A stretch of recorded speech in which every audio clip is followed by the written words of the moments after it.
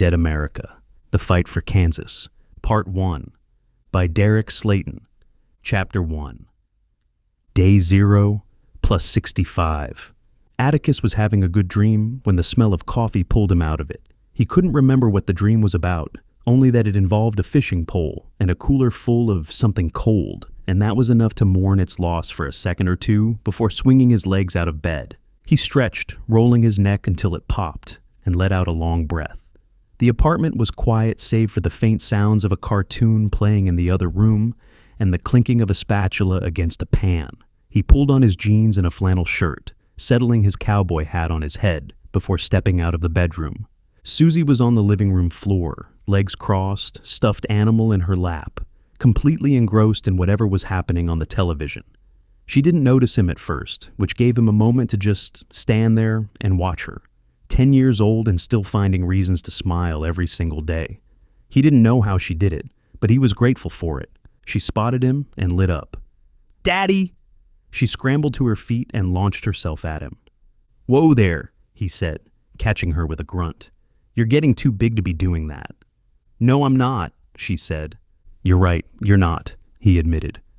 "Do it any time you want." She giggled and pulled back, grabbing his hand and tugging him toward the kitchen. "Miss Evelyn is making pancakes, and she said I could have 3, but I think I could eat 4. 4 pancakes, Atticus said, raising an eyebrow. "That's ambitious." "I'm a growing girl," Susie declared. Evelyn stood at the stove, a stack of pancakes on a plate beside her, and a fresh pot of coffee on the counter. She glanced over her shoulder and smiled. "She's been up for an hour already, talking my ear off about a story she's writing." "A story, huh?" Atticus asked, pouring himself a cup of coffee and taking that first sip. He closed his eyes. "Lord, that's good." "I traded for some of the better stuff," Evelyn said. A woman down on the 4th floor had some tucked away. "Remind me to send that woman a thank you note," he said. Susie climbed up onto a stool at the counter. "It's about a princess who has a pet dinosaur," she announced. "A dinosaur?" Atticus repeated. "A friendly one," Susie clarified, as if that was the important distinction. "Well, I'd hope so," he said.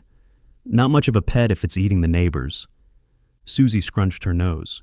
"Daddy, that's gross." "Fair enough." He took another long sip and leaned against the counter, watching Evelyn flip a pancake with an easy flick of her wrist. "You need me to pick up anything while I'm out today?" Evelyn shook her head. "We're set for a while," she said. "I did some restocking a couple of days ago. Rations are in good shape." "You sure?" he pressed. "I don't mind looking around." She pointed the spatula at him. "If I think of something, I'll let you know. But right now we're fine. Sit down and eat before your coffee gets lonely." He held up his hands in surrender and took a seat next to Susie, who was already working through her first pancake with the focus of someone defusing a bomb. The 3 of them sat together while Evelyn finished cooking, and for a stretch it was just the sound of forks on plates and Susie chattering about her dinosaur princess and what color the dinosaur should be. Green was too boring. Purple was too fancy. She was leaning toward orange. "Orange is a strong choice," Atticus agreed. A knock at the door interrupted the debate. Atticus set down his fork and glanced at Evelyn, who shrugged. He got up and crossed the apartment, opening the door to find a young soldier standing at attention, looking like he'd rather be anywhere else. "Mr. Windward?" the soldier asked. "That's me," Atticus replied. "Sir, Corporal Gadd and Mr. Rensfold are requesting your presence at their office," the soldier said, the words coming out stiff and rehearsed. Atticus leaned against the doorframe. "They say what it's about?" "No, sir, just that it's important." Atticus looked back over his shoulder at the kitchen, where Susie was licking syrup off her fingers and Evelyn was pouring herself a cup of coffee. He looked back at the soldier. "Tell them I'll be there in a bit." The soldier shifted on his feet. "Sir, they said as soon as possible." "And I said I'll be there in a bit," Atticus repeated, not unkindly. "I'm having breakfast with my daughter." The soldier opened his mouth, then closed it. He gave a short nod. "Yes, sir. I'll let them know." "Appreciate it," Atticus said, and closed the door. He walked back to the kitchen and sat down, pulling his plate closer. Susie was watching him with wide eyes. "Who was that?" she asked. "Just somebody from work," he said. "You have to go?" she asked, and there was a little dip in her voice that tugged at him. "Not yet," he said. "I still have half a plate of pancakes and a daughter who needs to tell me more about this dinosaur." The dip vanished, and she was off again, explaining that the dinosaur's name was Captain Crunch, which Atticus decided not to question. He finished his breakfast, had a second cup of coffee, and helped Evelyn clear the dishes. When he couldn't stretch it any further without being outright rude to Clint and Gad, he knelt down in front of Susie. "I have to go take care of some things," he said. "You be good for Miss Evelyn." "I'm always good," she said. "You are," he agreed. "That's why I'm reminding you, so you don't break the streak." She threw her arms around his neck. "Come back soon, okay?" "As soon as I can," he promised, and kissed the top of her head. He stood up and grabbed his hat from the counter where he'd set it down. "Be safe out there," Evelyn said quietly as he passed her. "Always am," he said. She gave him a look that said she didn't believe that for a second, but she let him go. The walk to Clint and Gad's office took about 15 minutes, and Atticus didn't rush it. The streets of the safe zone were busy with the usual flow of people going about their business. Construction crews working on buildings. A group of kids kicking a ball around in a cleared lot. A couple of soldiers on patrol, nodding to him as he passed. He found the office door open, as usual, and the two men inside looking like they hadn't slept. Maps were spread across the desk and pinned to the walls. A whiteboard in the corner was covered in notes and numbers, some of them crossed out and rewritten. Clint was leaning over a table with his palms flat, staring at a map, and Gad was in a chair with a stack of papers in his lap. Clint looked up when Atticus appeared in the doorway. "About time," he said. "I was having pancakes," Atticus replied. "You two look like hell." "Feel like it too," Gad muttered, tossing the papers onto the desk. He rubbed his eyes and sat up straighter. "Thanks for coming in." "Your messenger was very polite about it," Atticus said, stepping inside and taking a seat across from them. "So, what's going on that couldn't wait until after breakfast?" Clint and Gad exchanged a look. It was the kind of look that told Atticus this wasn't going to be a short conversation, and it wasn't going to be a fun one. Clint pulled a chair around and sat down, leaning forward with his elbows on his knees. "When you came back from Kansas, you gave us a pretty detailed picture of what you found out there." "I remember," Atticus said. "Captain Bennett and his deserters building an army," Clint continued. "Thousands strong, soldiers and civilians both. Contact with other deserter groups at military bases across the Southwest. Plans to secure heavy weaponry. Agent Madison and her people doing what they could to hold things together on the ground." Atticus nodded slowly. He remembered all of it. He'd spent a long night writing it up in a report, and the writing had been almost as unpleasant as living through it. Bennett's forces consolidating power across the eastern half of the state, the massacres, the civilians being rounded up and forced into service, Madison and Connie running operations out of Grand Bend, fighting back however they could with limited people and limited resources. "Everything we know about the situation in Kansas came from you," Gad said, "and that was weeks ago." "We've had zero contact since," Clint added. "No communications from Madison, no word from Connie or her people. Nothing in and nothing out. Kansas is a black hole." Atticus let that sit for a moment. "You were supposed to send me back 2 weeks ago," he said. "It wasn't a question," Clint exhaled through his nose. "We were, and we would have, if the militia situation up north hadn't blown up the way it did. We needed every capable body we could get, and pulling you off to assemble a team for Kansas wasn't an option while we were putting out fires here." "The militia threat has been dealt with," Gad said. "For now, at least, which means we can finally turn our attention back to this." Clint stood and moved to the map on the wall, tapping Kansas with his finger. 2 weeks is a long time when you're talking about people in that kind of danger. Madison, Connie, everyone they've been protecting. We have no idea what's happened to them since you left. "And no way to find out from here," Atticus said. "None," Clint confirmed. "We have zero intelligence on what's going on in that state. The only information we've ever had is what you brought back. That's it." The room was quiet for a beat. Atticus stared at the map, at the flat expanse of Kansas between the borders. He thought about Madison, the agent who jumped into his truck and matched him step for step through some of the worst days of his life. He thought about Connie and her people in Grand Bend, stubborn and scrappy and fighting for every inch. 2 weeks of silence from people like that was not a good sign. "You need me to go back," he said. "We need you to get to Madison and Connie," Gad said. "Find out what's happening on the ground, figure out what they need, what we can do to help, and report back so we can make real decisions about this region instead of guessing." Atticus was quiet for a long moment, then nodded. "I'll go." Clint let out a breath. "Good." "But I have a condition," Atticus added. "Name it," Gad said. "No military on my team." The room got quiet. Clint crossed his arms. Gad tilted his head, studying him. "After what I saw out there," Atticus said, keeping his voice even, "I'm not taking soldiers with me. I watched men in uniform do things that would turn your stomach. Deserters who threw away everything that uniform was supposed to stand for.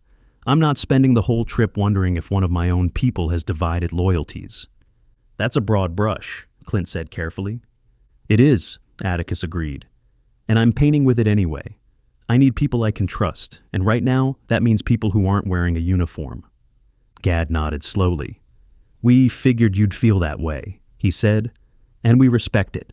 We have some capable people in mind, civilians, survivors who've proven themselves since the outbreak." "I'll want to meet them myself," Atticus said. "Of course," Clint said. There was a pause, and Atticus could tell there was something else. The two of them were dancing around it, the way people do when they know the next thing out of their mouth is going to cause friction. "Spit it out," Atticus said. Gad leaned forward. "There is one exception we'd like you to consider. Military. A private named Ingrid Mitchell." Atticus's jaw tightened. "I just said no military." "I know what you said," Gad replied, holding up a hand. "And I wouldn't be bringing this up if I didn't believe in this person. I can personally vouch for her." "Personally," Atticus said, the words sitting heavy. "Personally," Gad repeated. "She's solid, she's capable, and as fate would have it, she's already made friends with some of the people we want to send you out there with." Atticus said nothing, so Gad kept going. "I'm not asking you to take her on blind faith. Meet her, talk to her. If you don't like what you see, she stays here." Atticus looked at Clint. "You feel the same way?" Clint nodded. "She's earned it." Atticus rubbed the back of his neck and blew out a long breath. It went against everything he'd just laid out, and they all knew it. But if she'd already built trust with the people he'd be working with, that counted for something. Having someone on the team who could bridge the gap between him and a group of strangers wasn't nothing. "I'll meet her," he said. "That's all I'm promising." "That's all we're asking," Gad said. Atticus stood up. "So, who are these civilians you want me to look at?" Clint grabbed a folder from the desk and handed it over. "We've got a few options, but there's one group in particular we think you should start with. And there's another recruit we want to point you toward. Someone a little different." "Different how?" Atticus asked. Clint allowed himself a small smile. "You'll see."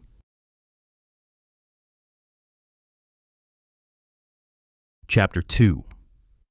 Clint handed Atticus a slip of paper with a name and a location scrawled on it. Atticus looked at the name, then looked at Clint, then looked at the name again. "You're messing with me," he said. "I am not," Clint replied. "Gideon Rhodes," Atticus read aloud. "The Gideon Rhodes." Gad leaned back in his chair. "You a fan?" "I saw every Ninja Dominator movie in the theater," Atticus said. "Twice. Are you telling me the Ninja Dominator is in Seattle?" "Has been since the Navy convoy picked him up off the coast of Santa Barbara," Clint said. "Fought his way out of the city and got to a boat. Him and 2 civilians. The convoy brought them in with the rest of the survivors." "And he's just been sitting here?" Atticus asked. "Training, mostly," Gad said. "Keeps to himself. Hasn't taken on any missions, hasn't volunteered for work detail. He does his thing in one of the cleared parks and goes home." Atticus folded the paper and tucked it into his shirt pocket. "Where exactly?"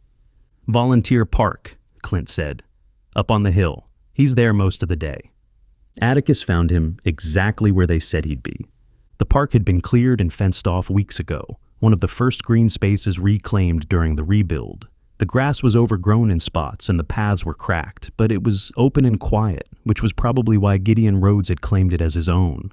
A few trees still had some color in them, and the perimeter fence had been patched in a couple of places where creatures had pushed through early on. Those patches were old now, rusted wire twisted into the chain link. Nobody had bothered to fix them properly. Nobody needed to. He was in the middle of the open lawn, moving through kata forms with a katana. The blade caught the light as he flowed from one stance to the next, smooth and controlled. His feet barely made a sound on the grass.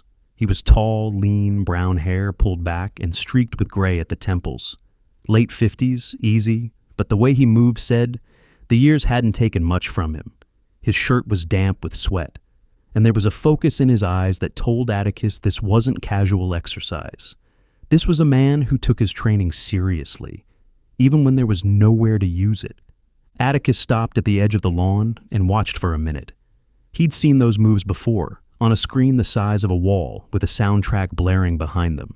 Seeing them in person was something else entirely. There was no camera work hiding the transitions, no editing to clean up the footwork. Every movement flowed into the next, like water finding its way downhill. The blade was an extension of the man, moving where he moved, stopping where he stopped.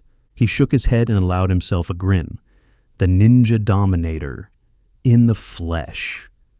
Gideon finished his form, holding the final position for a long beat before straightening up. He'd noticed Atticus somewhere in the middle of the routine, but hadn't acknowledged him. Now he turned, resting the flat of the blade against his shoulder, and looked the big man over with calm, appraising eyes. "Help you with something?" Gideon asked. Atticus walked across the lawn toward him, taking his time. "Gideon Rhodes," he said. "That's me." "I'm Atticus."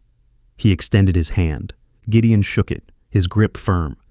"You military?" he asked. "Former Texas Ranger," Atticus replied. "These days, I do freelance work for the people running this place." "Freelance," Gideon repeated, turning the word over. "It's a polite way of saying, I do the jobs nobody else wants to do," Atticus said. That got a small smile out of him. Gideon walked over to a bench where a towel and a water bottle sat, wiping the blade down before sliding it into a worn leather case. "So, what brings a freelancer to my park?" "Your park, huh?" Atticus asked.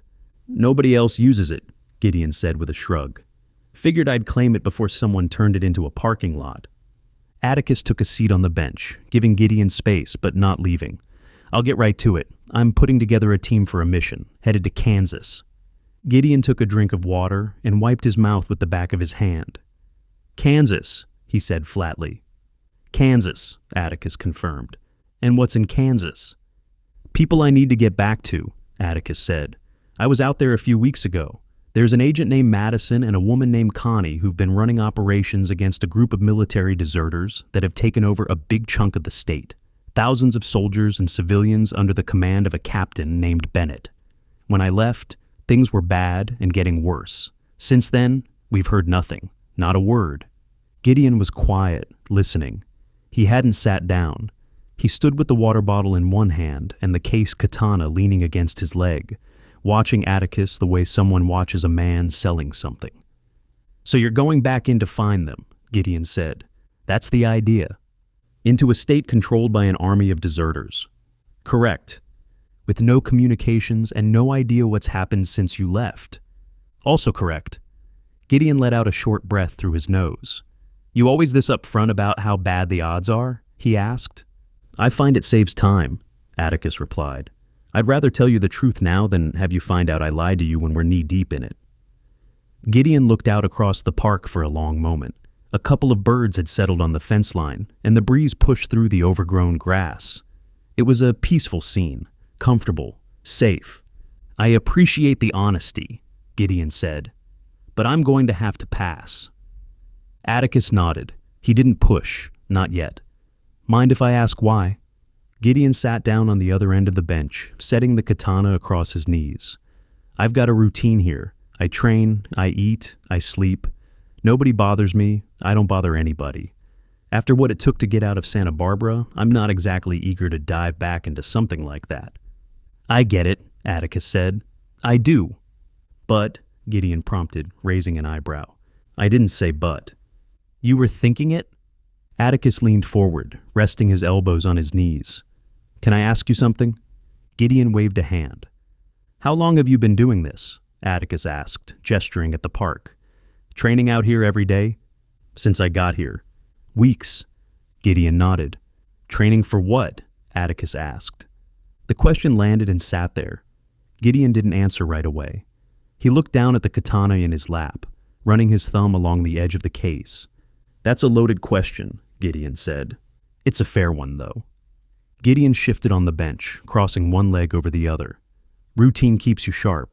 Doesn't matter if there's a purpose behind it or not. Sure it does, Atticus said. Sharp for what? If you're planning to spend the rest of your days in this park swinging that sword at the air, then routine is all you need. But if some part of you is training because you think there's something coming, or something you ought to be doing, that's a different conversation. Gideon gave him a long look. You always psychoanalyze people you just met? Only the ones I want on my team, Atticus replied. I've seen what you can do, Atticus continued.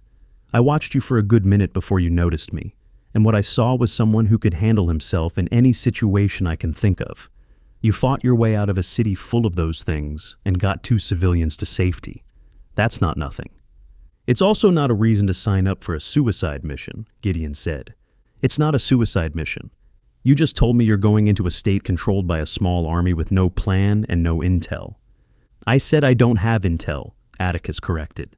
I didn't say I don't have a plan. The plan is to get to the people who do have the information and then figure out how to help them.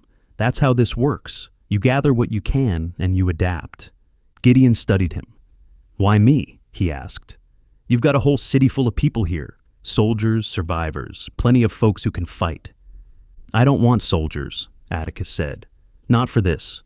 The people we're going up against are soldiers, and I'm not interested in finding out which side mine would pick if it came down to it.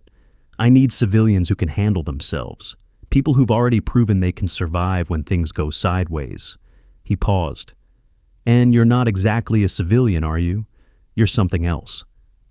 An aging movie star with a sword, Gideon offered. An aging movie star who cut his way through Santa Barbara and came out the other side, Atticus said. There's a difference. Gideon was quiet again. He kept running his thumb along the case, back and forth. The birds on the fence had moved on, and the park was still. I'm not going to dress it up for you, Atticus said. Kansas is going to be ugly. We don't know what we're walking into, and the 2 weeks we lost waiting to go doesn't make me feel any better about what we'll find. But there are people out there who put their necks on the line while I was gathering intel, and I made it out while they stayed behind. I owe them. He let that settle before adding, I can't make you come, but I think you know as well as I do that this routine of yours has an expiration date. You're training every day with no purpose, and sooner or later, that's going to eat at you. Gideon looked at him, and for a moment, the smooth charm was gone. There was something harder underneath, something that had been building up behind the daily forms and the quiet park and the comfortable distance from everything. Atticus had seen it the second he walked up. The man was restless, and all the training in the world wasn't going to fix that. You fight your way out of hell, and then you sit in a park for weeks, Atticus said. That doesn't strike me as a man who's content. Gideon let out a long breath, his shoulders dropping. He stared at the katana for another few seconds, then stood up and slung the case over his shoulder. He walked over to the bench and grabbed the towel and water bottle, stuffing the towel into a small pack that sat in the grass behind it. Atticus hadn't noticed the pack before. It was already put together, clothes, supplies, the basics. Like it had been sitting there for a while, waiting for a reason to be picked up. Gideon caught him looking at it and shrugged. Old habit. Always have a bag packed. Smart habit, Atticus said. When do we leave? Gideon asked, slinging the pack over his other shoulder. Soon, Atticus said, getting to his feet. I need to put the rest of the team together first. Who else is on this team? Gideon asked. Atticus started walking toward the park gate. We're about to find out. Gideon fell into step beside him, the cased katana resting across his back. As they walked, he glanced sideways at Atticus. You know, I have to ask, have you seen any of my movies? Every single one, Atticus said without hesitation. Gideon grinned. Which one's your favorite? Ninja Dominator 2, Atticus said. The one with the helicopter. Everybody picks that one, Gideon said, shaking his head. Because it's the best one. I always thought 3 was better, Gideon said.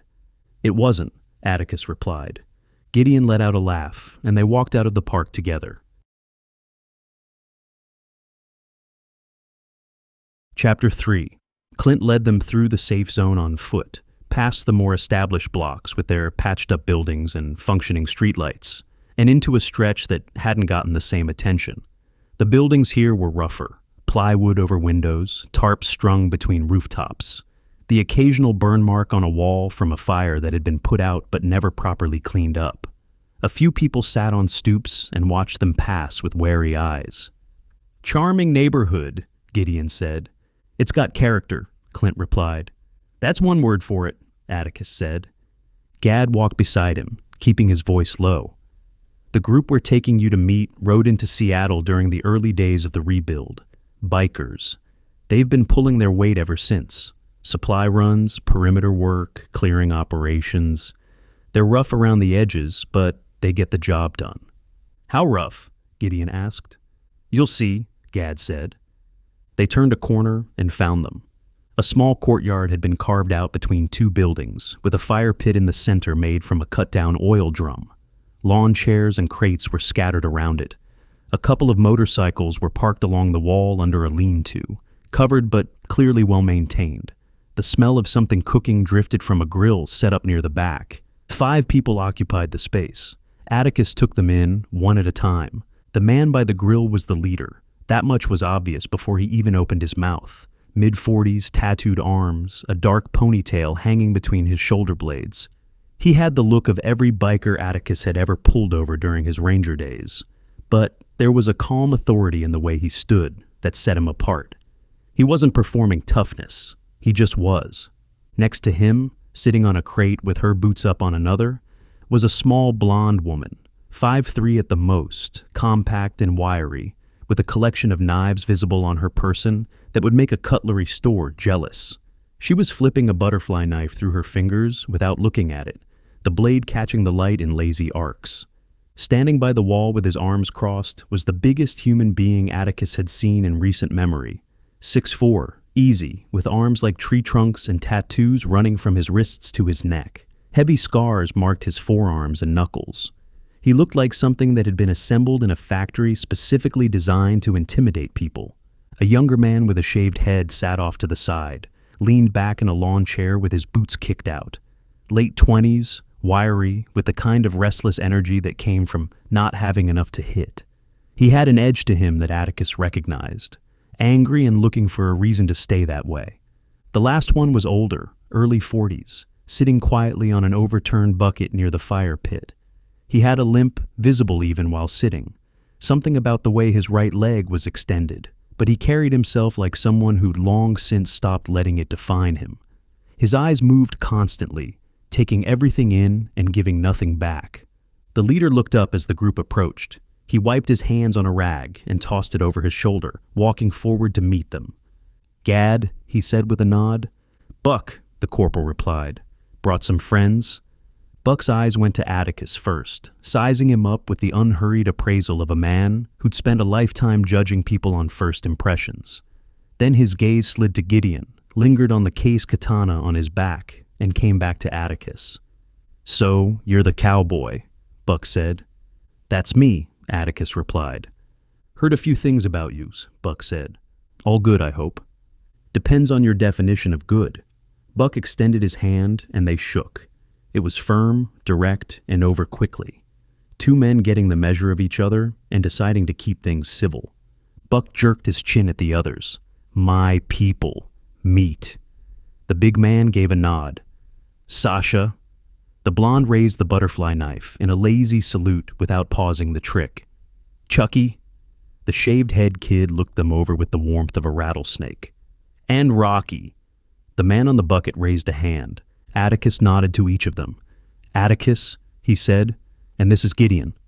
Chucky squinted at Gideon, then let out a snort. "The hell is this?" he asked, gesturing at the katana case. "We going to a Renaissance fair?" "Chucky," Buck said, not looking at him. "I'm just saying," Chucky continued, sitting up in his chair. "We're supposed to be going into a war zone, and they're bringing us a guy with a Halloween costume sword." "It's not a Halloween costume sword," Gideon said mildly. Chucky opened his mouth again, but Meat had already stepped forward, uncrossing his arms and walking toward Gideon with slow, heavy steps. The courtyard got quieter, Sasha stopped flipping her knife. Rocky's eyes tracked the big man. Meat stopped a few feet from Gideon and looked down at him. Even at Gideon's height, Meat had a good 2 inches and at least 80 pounds on him. He stared at the older man with flat, unimpressed eyes. "You're Gideon Rhodes," Meat said. It wasn't a question. "I am," Gideon replied. "The Ninja Dominator." "That's what they called me." Meat looked him over from head to toe, taking his time. "You're smaller than I thought you'd be," he said. Gideon didn't flinch. He held the big man's gaze with an easy stillness that said he'd stared down bigger than this and come out fine. The courtyard was tense, the bikers watching, waiting to see what happened next. Gideon didn't say a word. His hand moved to his side, and 2 ninja stars appeared between his fingers like they'd been there all along. In one fluid motion, he flicked his wrist and sent them flying in opposite directions. 2 sharp clangs rang out across the courtyard. A can flew out of Chucky's hand. Another one launched from Sasha's grip, beer spraying across the concrete. Both stars embedded themselves in the wooden fence behind the bikers, still vibrating. Dead silence. Chucky stared at his empty hand. Sasha looked at her wet fingers, then at the fence, then at Gideon. Rocky leaned forward on his bucket, eyebrows raised. Buck hadn't moved, but there was something new in his expression. Meat stood frozen, his eyes tracking from one embedded star to the other. He turned back to Gideon and stared at him for a long moment. "I grew up watching your movies," Meat said, and the flat tone was gone, replaced with something that sounded a lot like admiration. "Ninja Dominator 2 was the first movie I ever watched twice in the same day." Gideon smiled. "That's everybody's favorite," he said. "Because it's the best one," Meat replied. Atticus bit back a grin. The tension in the courtyard cracked and fell away. Chucky was still staring at his hand, flexing his fingers. Sasha had retrieved her butterfly knife and was pointing it at Gideon with a look that was half threat, half respect. "You owe me a beer," she said. "I'll make it up to you," Gideon replied. While the dynamic shifted around Gideon, Buck had moved closer to Atticus. The 2 of them stood slightly apart from the rest, watching. "Gad told me the basics," Buck said, keeping his voice between the 2 of them. "Kansas, deserters, no military on the team." "That's the short version," Atticus said. "And the long version? I was out there a few weeks ago. There's an agent and a group of civilians who've been fighting back against a force of military deserters that have taken over a big chunk of the state. I need to get back to them and figure out how to help. We have 0 contact with anyone on the ground, and no idea what we're walking into." Buck chewed on that for a moment. "And you want us? I need people who can fight, who can think, and who won't fold when it gets ugly," Atticus said. "From what I've heard, that's your crew." "It is," Buck said without hesitation. "But let me be straight with you. My people follow me. That's just how it works. You give an order, I'll back it, but they're going to look to me first." "I can live with that," Atticus said. "As long as we're communicating. I make the calls on the mission. You keep your people in line, and we talk before things go sideways, not after." Buck nodded slowly. "Fair enough." He looked over at his crew, watching Meat pepper Gideon with questions about fight choreography, while Gideon demonstrated a technique with his bare hands that made even Sasha lean in to watch. "Looks like your man just passed the audition."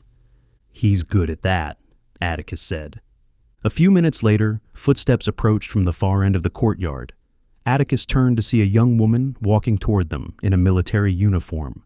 Mid-20s, black hair pulled back tight, fit and capable in the way that came from actual work rather than a gym. She had a radio pack slung over one shoulder and a military rucksack over the other. Atticus's expression tightened. He looked at Gad, who raised a hand before he could say anything. "Atticus, this is Private Ingrid Mitchell," Gad said. "Private," Atticus said, and the word came out cooler than he intended. Ingrid met his eyes without flinching. "Mr. Windward," she replied. "I told you," Atticus said, turning to Gad. "No military." Before Gad could respond, Buck spoke up. "She's good people." Atticus looked at him. That got his attention more than anything Gad could have said. "You know her?" "She's been running ops with us since the rebuild started," Buck said. "Supply runs, clearing operations, the works. She's been in the thick of it with my crew more times than I can count. If I'm vouching for my people, She's part of that. Atticus looked at Ingrid, then at Gad, then back at Ingrid. She stood there without fidgeting, without making a case for herself. She wasn't trying to sell him on anything. She was just waiting for a decision. "Why do you want to go?" Atticus asked her directly. "Because Gad asked me to," she said, "and because I've worked with this crew long enough to know that if they're going somewhere dangerous, I want to be there to help. You understand the risks?" "I've been outside the walls plenty of times," she said. "I know what's out there." Atticus studied her for a long moment. Gad's personal vouch, Buck's endorsement, the fact that the bikers clearly already trusted her. That was 3 checks in her favor, and in his experience, 3 was enough. "All right," he said. "You're in. Just lose the uniform. I don't want anybody out there to know that you're military." Ingrid gave a short nod. No celebration, no relief, just acknowledgement. Gad let out a quiet breath. "Good," he said. "That's your team." Atticus looked around the courtyard. Gideon was walking meat through a kata stance, while the big man tried to mimic it with surprising grace for someone his size. Sasha was cleaning beer off her jacket and muttering about it. Chucky was sulking in his lawn chair, still flexing the hand that had been holding the can. Rocky watched everything from his bucket, quiet and observant. Buck stood with his arms crossed, already looking like a man with a job to do. And Ingrid was checking her radio equipment, sliding into the group without trying to assert anything she hadn't earned. It wasn't what he'd expected. It wasn't neat or polished or anything close to a proper team. But looking at them, Atticus felt something he hadn't felt since he'd gotten back from Kansas. Something close to confidence. Chapter 4. Atticus stood outside his apartment door for a moment before going in. He'd spent the last couple of hours going over logistics with Clint and Gad, nailing down the route, the timeline, and the supplies the team would need. All of that had been straightforward. This part was going to be harder. He opened the door and stepped inside. Susie was on the couch with her stuffed animal, watching a cartoon with her legs tucked up underneath her. Evelyn was in the kitchen, and from the look of things, she'd been busy. His gear bag sat by the front door, packed tight and zipped up. A second, smaller bag sat next to it with extra clothes and supplies rolled into neat bundles. Susie looked up at him, and her face brightened, but only for a second. She was a smart kid, and she'd seen this routine before. The packed bags by the door, the way he walked in carrying something heavy behind his eyes that had nothing to do with his arms. "You're leaving again," she said, not a question. He walked over and sat down next to her on the couch. "I am, baby girl." She looked down at her stuffed animal and squeezed it tighter. "When?" "Soon," he said. "Couple of hours." She nodded, pressing her lips together the way she did when she was trying not to cry. It was the same face she'd made when he'd left for his first trip, and seeing it again put a crack in him that he had to work to keep from spreading. "Hey," he said gently, putting a hand on her shoulder. "Look at me." She did. Her eyes were glassy, but the tears hadn't fallen yet. She was holding them back with everything she had, and the effort of it made his chest ache. "I'm coming back," he said. "I promise you that." "You always say that," she whispered. "And I always do," he replied. "Have I ever broken that promise?" She shook her head slowly. "Then trust me," he said. "I will be back, and when I get back, I'm going to bring you something. What do you want?" She thought about it, her lower lip still trembling. "A book," she said quietly. "A real one, with a story in it." "A book," he repeated. "I think I can manage that." "A long one," she added. He smiled. "The longest one I can find." She lunged into him, wrapping her arms around his neck and pressing her face into his shoulder. He held her, one hand on the back of her head, and closed his eyes. He stayed like that until she was ready to let go, which took a while. When she finally pulled back, she wiped her eyes with the back of her hand and sniffed. "You better find a good one," she said, her voice small but steady. "The best," he promised. She nodded firmly, as if they'd just signed a contract, and picked up her stuffed animal again. She turned back to the cartoon, and he let her have the space. Sometimes the bravest thing a 10-year-old could do was pretend everything was normal. He got up and walked to the kitchen, where Evelyn was leaning against the counter with her arms crossed. She'd heard everything. He could see it in the set of her jaw and the wetness at the corners of her eyes that she was refusing to acknowledge. "The bags are packed," she said. "I checked everything twice." "You didn't have to do that," he said. "And yet I did," she replied. "Funny how that works." He leaned against the opposite counter and looked at her. "Thank you, Evelyn, for everything." She waved him off. "Don't start," she said. "I mean it. I know you do, and I appreciate it, but if you get sentimental on me right now, I'm going to lose it, and I don't have time to lose it, because I still need to make that girl lunch." She took a breath and straightened up. "So, just tell me you'll be careful and leave it at that." "I'll be careful," he said. "Good." She turned to the counter and picked up a small cloth bag, tossing it to him. He caught it and felt the weight of it, the familiar texture of coffee beans through the fabric. He looked up at her. "Enough for the road," she said. "I know you won't function without it." "Evelyn, this is from your stash." "And I'm giving it to you," she said firmly. "Don't argue with me." He tucked the bag into his shirt and nodded. "While I'm out there," he said, "I want you to think of something you want me to bring back for you." She shook her head. "Atticus, I have everything I need." "You say that every time." "Because it's true every time." "Humor me," he said. "Just think about it. I'm not asking for a shopping list, just one thing, something for you." She stared at him for a long moment, then let out a defeated sigh. "Fine," she said. "I'll think about it, but I reserve the right to tell you I don't need anything when you get back." "Deal," he said, and meant it. He picked up the bags by the door, slinging the gear bag over his shoulder and carrying the smaller one by the handle. He stopped at the couch and leaned down, kissing the top of Susie's head. "I love you, baby girl." "I love you too, Daddy," she said, not looking away from the television. She was holding it together, and he wasn't going to be the one to break the seal. He straightened up, gave Evelyn one last nod, and walked out the door. The train yard was controlled noise and motion. Workers loaded crates of supplies onto flat cars, while soldiers directed traffic and shouted over the hiss of steam and the clang of metal.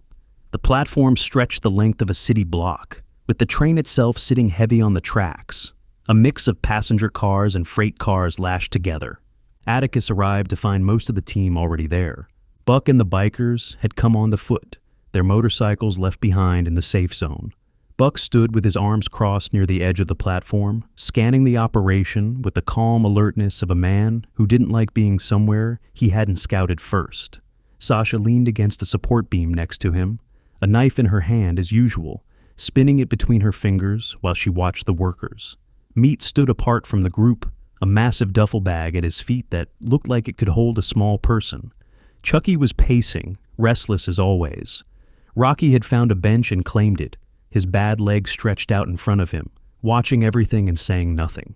Gideon was the last to arrive, strolling up with his katana case slung across his back and a pack over one shoulder. He looked relaxed, or at least as relaxed as a man heading into the unknown could look. Ingrid was already on the platform, checking her radio equipment one final time. She'd swapped out of her uniform as Atticus had told her, wearing civilian clothes now, dark pants and a heavy jacket, her black hair pulled back. The radio gear and rucksack were the only things that hinted at her background. "That's everyone," Buck said, as Gideon joined them. Atticus set his bags down and looked over the group. 7 people. Not a large force by any measure, but looking at them, he felt the same thing he'd felt back in the courtyard. They'd do. "Train leaves in about 20 minutes, he said. "We'll have a passenger car to ourselves. It's a long ride to Morcraftoft, so get comfortable. We'll go over the plan once we're moving." The group began gathering their gear and moving toward the boarding steps. As they did, Atticus felt a hand on his arm.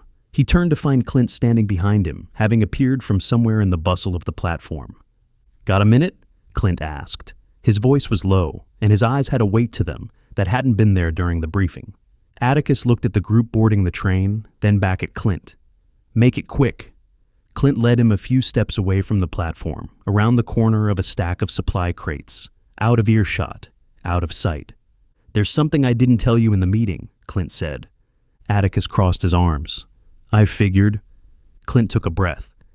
"We've managed to secure a cruise missile, one, through back channels that I'm not going to get into.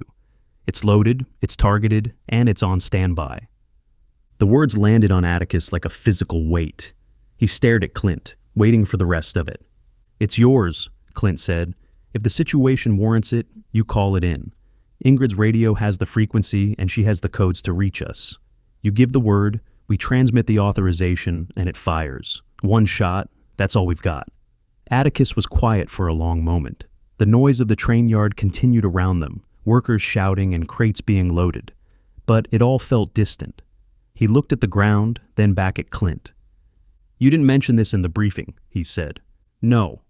Why? Because this is between you and me, Clint said. Gad knows. Nobody else. The team doesn't need to know about it. And frankly, the fewer people who know, the better. Atticus turned that over. A cruise missile. One shot. The kind of weapon you gave someone when you expected them to find something so bad that nothing else would be enough. You're expecting this to be worse than you let on, Atticus said. Clint held his gaze. I'm hoping it's not, he said, but I'm preparing like it is. Atticus looked back toward the train. Through the gap in the crates, he could see the team boarding, Meat ducking through the doorway, Sasha climbing the steps, Gideon adjusting his katana case as he stepped inside. Good people. His people, at least for now. I'm not using it unless there's no other option, Atticus said. That's exactly why I'm giving it to you, Clint replied. Atticus nodded once, slowly, and tucked the information into the back of his mind. He reached out and shook Clint's hand. Get them home, Clint said. That's the plan, Atticus replied, and turned back toward the platform. He climbed the steps into the passenger car, where the team was settling into seats and stowing their gear. Buck had claimed a window seat near the middle. Meat was already talking to Gideon about something, the two of them across the aisle from each other. Ingrid sat near the front with her radio equipment organized around her. Atticus found a seat by the window near the back. He dropped his bags and sat down, staring out at the platform as the last of the freight was loaded. The train shuddered, the brakes released, and they began to move. The platform slid away, and then the train yard, and then the buildings at the edge of the safe zone. Seattle retreated behind them, block by block, and the world outside the window opened up into something wider and less certain. He thought about Susie on the couch with her stuffed animal, watching her cartoon and holding herself together because she was braver than she had any right to be at 10 years old. He thought about the small bag of coffee tucked into his shirt. He thought about a cruise missile sitting somewhere in the dark, waiting for a code. He leaned his head back against the seat and closed his eyes. There was a long road ahead.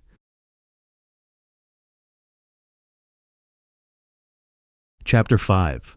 The train pushed east through Washington State, the engine grinding along at a steady clip that rattled the windows and put a low hum through the floor. The passenger car was all theirs, 8 seats on either side of a narrow aisle with a small table between each pair. The overhead lights flickered every now and then, and the heating was spotty, but it was dry, and it moved. The landscape outside was thick forest and gray sky, with the occasional gap in the trees revealing a stretch of river or a distant ridgeline. Every so often they'd pass through a small town, or what was left of one. Empty platforms, overturned cars near the tracks. Once, a cluster of figures shambling along a road that ran parallel to the rails, too far away and too slow to matter. Nobody talked much for the first hour. The group was still feeling each other out, the way strangers do when they've been thrown together and are trying to figure out where the edges are. Atticus let it be. There would be plenty of time for talking. Buck was the first one to break the quiet. He got up from his seat across the aisle and dropped into the one next to Atticus, stretching his legs out and crossing his boots at the ankle. We should talk, Buck said. I was wondering when you'd get around to it, Atticus replied. Buck angled himself so they were face to face, keeping his voice at a level that carried to Atticus and nobody else. I want to make sure we're on the same page about how this works. So do I, Atticus said. Go ahead. My people follow me, Buck said. That's just the way it is. I didn't make it that way on purpose. It's just how things shook out over the years. They trust me, they listen to me, and when things get rough, I'm the one they look at. I understand that, Atticus said. Good, because I'm not trying to undermine you. You're running this mission, and I respect that. If you give an order, I'll back it. But the bikers are going to look to me first and you second. That's not a challenge. It's just reality. Atticus nodded. He'd led enough teams and worked with enough people to know the difference between a man who was jockeying for control and a man who was laying out the truth. Buck was doing the latter. "Here's what I need from you," Atticus said. "When I make a call, you back it in front of the group. If you disagree, you pull me aside and we hash it out between us. I'm not going to make a decision that gets your people killed if I can help it, but I need you to trust that I know what I'm doing out there." "That's fair," Buck said. "And I need you to keep Chucky in line," Atticus added. Buck let out a short breath through his nose. "He's a handful," he admitted. "He's a liability if he can't follow orders." "He can follow orders," Buck said. "He just needs to know who's giving them. He'll test you. That's what he does. But once you pass, he's solid." "And if he doesn't think I pass?" Buck met his eyes. "Then I'll handle it," he said. "That's my job." Atticus extended his hand. Buck shook it. Short, firm, done. "Appreciate the honesty," Atticus said. "I figure honesty up front saves us from bullshit later," Buck replied, and got up to head back to his seat. Across the aisle, Meat and Gideon had gravitated toward each other without any obvious effort. Since the Ninja Star display back in the courtyard, something had shifted between them. There was an ease there that hadn't existed before, the kind of instant rapport that comes when one person impresses the hell out of another and both of them know it. Meat was leaning forward in his seat, elbows on his knees, asking questions like a man who'd been waiting years to ask them. "So the fight scenes in the movies," Meat said. "How much of that was real?" Gideon stretched his legs into the aisle and crossed his arms. "Depends on the movie. The first one, we had a decent fight coordinator who let me do about 70% of my own work. The rest was stunt doubles and camera angles." "And the second one?" 90% me," Gideon said. "The director wanted it authentic. Only thing they doubled was the fall off the building because insurance wouldn't cover it." Meat shook his head. "The rooftop fight in 2 is one of the best fight sequences ever put on film," he said, and there was no irony in his voice. He meant it. "I appreciate that," Gideon said. "Most people just remember the helicopter scene." "The helicopter scene was cool," Meat admitted, "but the rooftop fight had craft to it. The way you use the environment, grabbing the pipe, kicking the vent cover into that guy's face. That wasn't choreography. That was problem solving." Gideon pointed at him. "See, that's exactly right. And you know what made that sequence work? It wasn't the choreography. It was the space. We rehearsed on that rooftop for 3 days before we shot a single frame. I knew every inch of it. Where the vents were, where the ledge dropped, where the footing was bad. Once you know the space, you can move through it without thinking. That's how it works in a real fight too," Meat said. Gideon looked at him with renewed interest. "You've done some fighting." "Some," Meat said, and left it at that. "What's your background?" Gideon asked. "Street stuff mostly. Some boxing when I was younger. Picked up a few things along the way." He held up his scarred knuckles. "Mostly the hard way." "Best way to learn," Gideon said. "The dojo teaches you form. The street teaches you what works." "That's a hell of a quote," Meat said. "That from one of your movies?" Gideon thought about it. "Might have been," he admitted. "I stopped being able to tell the difference between things I said and things I was written to say about 20 years ago." Meat laughed, a deep rumble that shook the seat. A couple of heads turned at the sound, and even Chucky glanced over from the back before looking away again. "You move well for a big man," Gideon observed. "I noticed it back in the courtyard." Meat cracked a small grin. "I have to. Being this size means everybody wants to test you. Gets old quick." "I'll bet," Gideon said. "If you want, I can show you some things. Techniques that work for bigger frames. Most martial arts training is designed for average-sized people. But there's a whole different approach when you've got the reach and the mass you have." Meat's eyes lit up. "I'd like that," he said. Further down the car, Chucky sat by himself near the back, legs stretched across both seats, boots up on the armrest. He hadn't spoken to anyone since they boarded and didn't look interested in changing that. His jaw was set and his eyes moved around the car with a restless energy that had nowhere to go. Sasha sat a few rows ahead of him, feet propped up on her pack, flipping her butterfly knife in lazy circles. She wasn't paying attention to anyone in particular, but Atticus got the sense she was paying attention to everyone. Her eyes tracked movements the way a cat tracks a bird through a window. She'd glance at Buck, then at Gideon, then at Ingrid, then back to the knife. taking stock. Rocky had found a corner seat near the front and claimed it without ceremony. His bad leg was stretched out straight, and he'd wedged his pack behind his back as a cushion. His eyes were half closed, but he wasn't sleeping. Every time the train lurched or someone moved in the aisle, his gaze sharpened for a second before settling back down. The kind of man who rested without ever fully turning off. Ingrid was at a table seat with maps and her radio gear spread in front of her. She had a pencil behind her ear and was tracing routes on a folded map, making small marks and notations. Methodical, focused. Chucky swung his legs down and walked up the aisle toward the front. He stopped next to Ingrid's table and leaned against the seat opposite her, arms crossed. "Playing soldier?" he asked. Ingrid didn't look up from her map. "Planning the route," she said. "You know we've got a guy running the show, right?" Chucky pressed. "Or did you forget that you're just the radio girl?" Ingrid set her pencil down and looked up at him. Her expression was flat and unbothered, like she was looking at a stain on the wall that she'd noticed but didn't care about. "The route from Morcraftoft to our destination has about 3 different options, each with different risks," she said, her voice even. "I'm mapping all 3 so that when Atticus wants to make a decision, he has the information he needs. That's not playing soldier. That's called being prepared." Chucky opened his mouth to fire back, but a voice from behind him cut in. "Chucky." Just the one word? Just his name. Buck didn't even raise his voice, but the younger man's jaw snapped shut. He glanced back at Buck, who was watching him from his seat with an expression that was calm on the surface and iron underneath. Chucky held the look for a beat, then pushed off the seat and walked back to his corner without another word. Ingrid picked up her pencil and went back to work. The hours passed. The forest gave way to open land, the trees thinning out until the landscape was rolling hills and grasslands stretching to the horizon. The sky was a flat gray sheet, pressing down on everything. They passed through a couple of small towns without stopping, the train blowing past empty platforms and boarded-up buildings. Once, Atticus spotted a figure standing in a field a quarter-mile from the tracks, just standing there, watching the train go by. He couldn't tell if it was a person or one of those things. At that distance, it didn't matter. Atticus sat by the window and watched it all slide past. The others had settled into their own rhythms.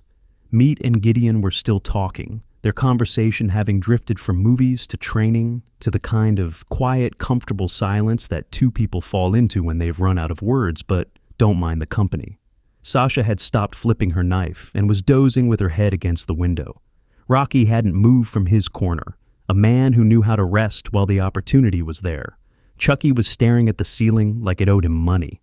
Buck sat across the aisle, cleaning a knife with a rag, his movements slow and deliberate. He caught Atticus looking and gave a nod, nothing more. They'd said what needed saying. The rest would play out on the ground. Atticus let his mind wander. He thought about Susie on the couch, holding her stuffed animal. He thought about the book she had asked him to bring back. A long one, she'd said. He'd find her the longest one he could carry. Then his thoughts shifted, the way they always did when the quiet got too thick, to the conversation on the platform. 1 cruise missile, 1 shot. The kind of weapon you hope to never use and pray you never need. Clint's words hung in his head. "I'm hoping it's not that bad, but I'm preparing like it is." He turned the thought over and put it away. There was no use dwelling on it now. He'd know what they were walking into when they got there, and not a minute sooner. The train pushed on through the fading light, carrying them east toward Morcraftoft and whatever was waiting beyond it. Chapter 6. The train began to slow as the first buildings of Morcraftoft appeared on the horizon. It wasn't much to look at from a distance, a cluster of low structures around an old town center, fences running the perimeter with guard posts at intervals. Smoke rose from chimneys scattered across the rooftops, and a handful of figures moved along the fence line. It was small, functional, and a long way from anywhere. Atticus stood and stretched, grabbing his bag from the overhead. The others were already getting their things together, the change in the train's rhythm pulling everyone out of whatever state they'd settled into over the last several hours. "This it?" Buck asked, looking out the window. "This is it," Atticus said. "Morcraftoft, last stop before a whole lot of nothing." "Quaint," Sasha offered. "It's warm and they have food," Atticus replied. That's about all we need right now." The train ground to a halt at the edge of town, brakes hissing against the cold air. Atticus stepped off first, his boots crunching on the gravel beside the tracks. The rest of the team filed out behind him, taking in their surroundings with the cautious eyes of people who'd learned not to take anything at face value. A small group was already walking toward them from the main cluster of buildings. In the lead was a young woman with shoulder-length black hair and a slight athletic build, her stride quick and purposeful. She couldn't have been more than her early 20s, but she carried herself like someone who'd been making decisions for other people long enough that it had become second nature. Atticus smiled when he saw her. "Linda," he called. Her face brightened. "Well, look who decided to come back," she said, closing the distance and extending her hand. He shook it. "Told you I would." "You also told me things would settle down," she said, raising an eyebrow. "Yet here you are with what looks like trouble on legs." She glanced past him at the group assembling on the platform, lingering on Meat's massive frame and the collection of blades visible on Sasha's person. "They grow on you," Atticus said. "I'll take your word for it." Linda looked over the team with a quick appraising sweep, then turned back to Atticus. "Come on, let's get everyone inside. We've got food on and plenty of room."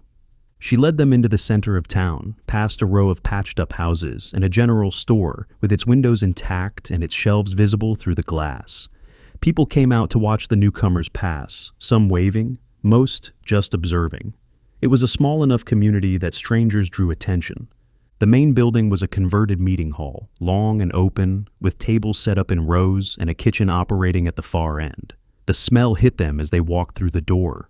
Stew, bread, and something that might have been roasted vegetables. Simple, but hot. And after hours of train food and packaged snacks, it was everything. "Oh, now that's what I'm talking about," Meat said, inhaling deeply. "Sit wherever you like," Linda said. "We'll bring it out." The team didn't need to be told twice. They spread across 2 tables, gear stowed under seats and on the floor beside them. Bowls of stew and thick slabs of bread appeared within minutes, delivered by a couple of locals who seemed happy to have company. Chucky didn't say a word, just ate like a man who hadn't seen a hot meal in weeks. Rocky ate steadily, quietly, the way he did everything.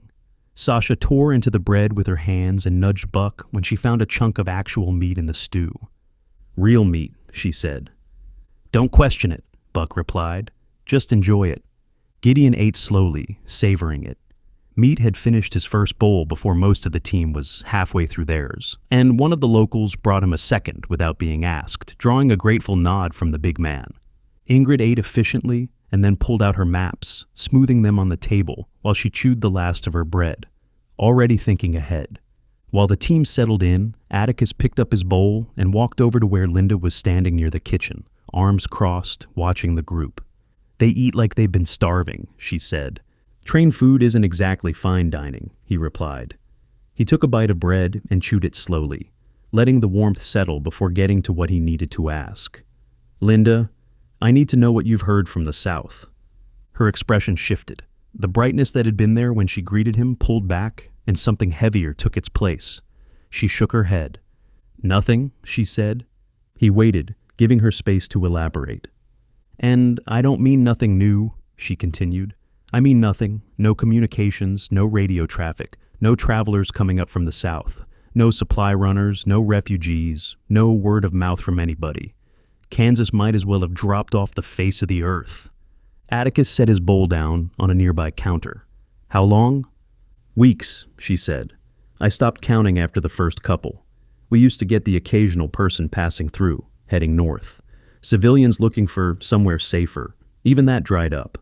Last person who came through from that direction was over a month ago, and he didn't have much to say beyond the fact that he was trying to get as far from Kansas as possible."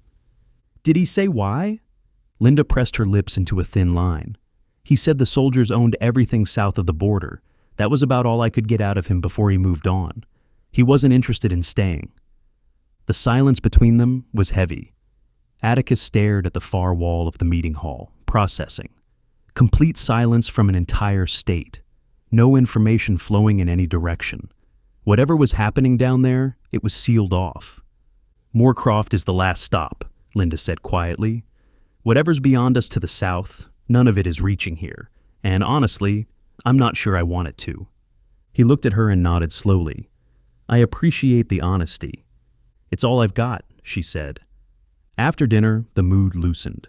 The locals and the team began to mix in the way people do when the formality of a meal gives way to the comfort of a full stomach. Meat found himself at a table across from a stocky man with weathered hands and a competitive grin. The man challenged him to an arm wrestle, and Meat accepted with a shrug that drew an immediate crowd.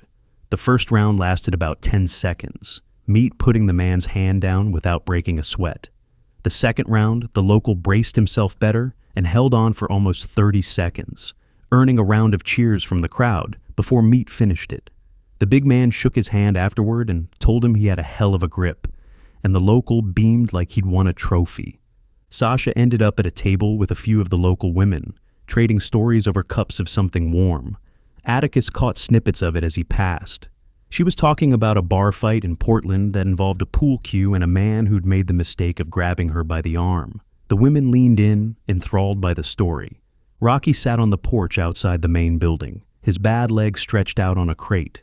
He watched the perimeter with the same quiet attentiveness he brought to everything, his eyes tracking the guards on the fence line as they made their rounds. Inside, Gideon found Atticus near the back of the hall, where the noise from the crowd was muffled enough to have a conversation. "Can I talk to you for a minute?" Gideon asked. Atticus nodded, and they stepped outside through a side door, into the cold air. The sky was dark, the stars bright in a way they only got when there was no light pollution to compete with. They stood on a narrow walkway between buildings, breath fogging in front of them. "What's on your mind?" Atticus asked. Gideon leaned against the wall and crossed his arms. "I'm not worried about the fighting," he said. "Zombies, I can handle. We proved that in Santa Barbara." "But?" Atticus prompted. "But soldiers are a different thing," Gideon said. "I've spent my whole career pretending to fight people. I'm good at the real thing, but I've never gone up against organized, trained, armed people who are actively trying to kill me." Atticus let him talk. This wasn't a man looking for reassurance. This was a man who wanted to know what he was getting into. "The goal isn't to wage war," Atticus said. "We're going in to find our people and figure out how to help them. If we can avoid the soldiers entirely, that's the best outcome. And if we can't," Atticus held his gaze, "then we deal with it. But I'm not going to lie to you and tell you it won't come to that. It might." Gideon nodded, his jaw working. "I can live with might," he said. "It's the certainty I'd have trouble with." "Fair enough," Atticus said. They stood in the quiet for a moment, the cold pressing in around them before heading back inside. Buck caught Atticus near the door as he came back in. He jerked his head toward a corner, and the two of them stepped away from the crowd. "Been thinking about the approach," Buck said, keeping his voice low. "Once we get past North Platte, what's the play? We driving straight through to Kansas?" "That depends on what we find at North Platte," Atticus said. "We need vehicles first. After that, we push south toward Grand Bend. That's where our people are." "Open road, flat terrain," Buck said. "If there are soldiers patrolling, we're going to be visible from a long way off." "I know. So we drive smart, travel light, stay off the main highways if we can, stick to the back roads." Atticus studied him. The man was thinking like someone who'd spent time on roads where being seen was a bad idea. "You've done this before," he said. Buck cracked a thin smile. "Let's just say there were stretches of highway in my younger days where the last thing you wanted was to run into a cop," he said. "Same principle applies." Atticus let out a chuckle as he responded. "And back in my younger days, I always got a kick in pulling over people who thought they were outsmarting me by thinking I didn't know back roads existed." Buck let out a laugh as he walked by, smacking Atticus on the shoulder on his way back to his people. Later, Ingrid found a quiet spot in the main building where the Morcraftoft radio equipment was set up. She powered up her gear and patched through on the direct frequency. The connection was scratchy but functional. She got Clint on the line and gave a brief status report. Team was intact and rested.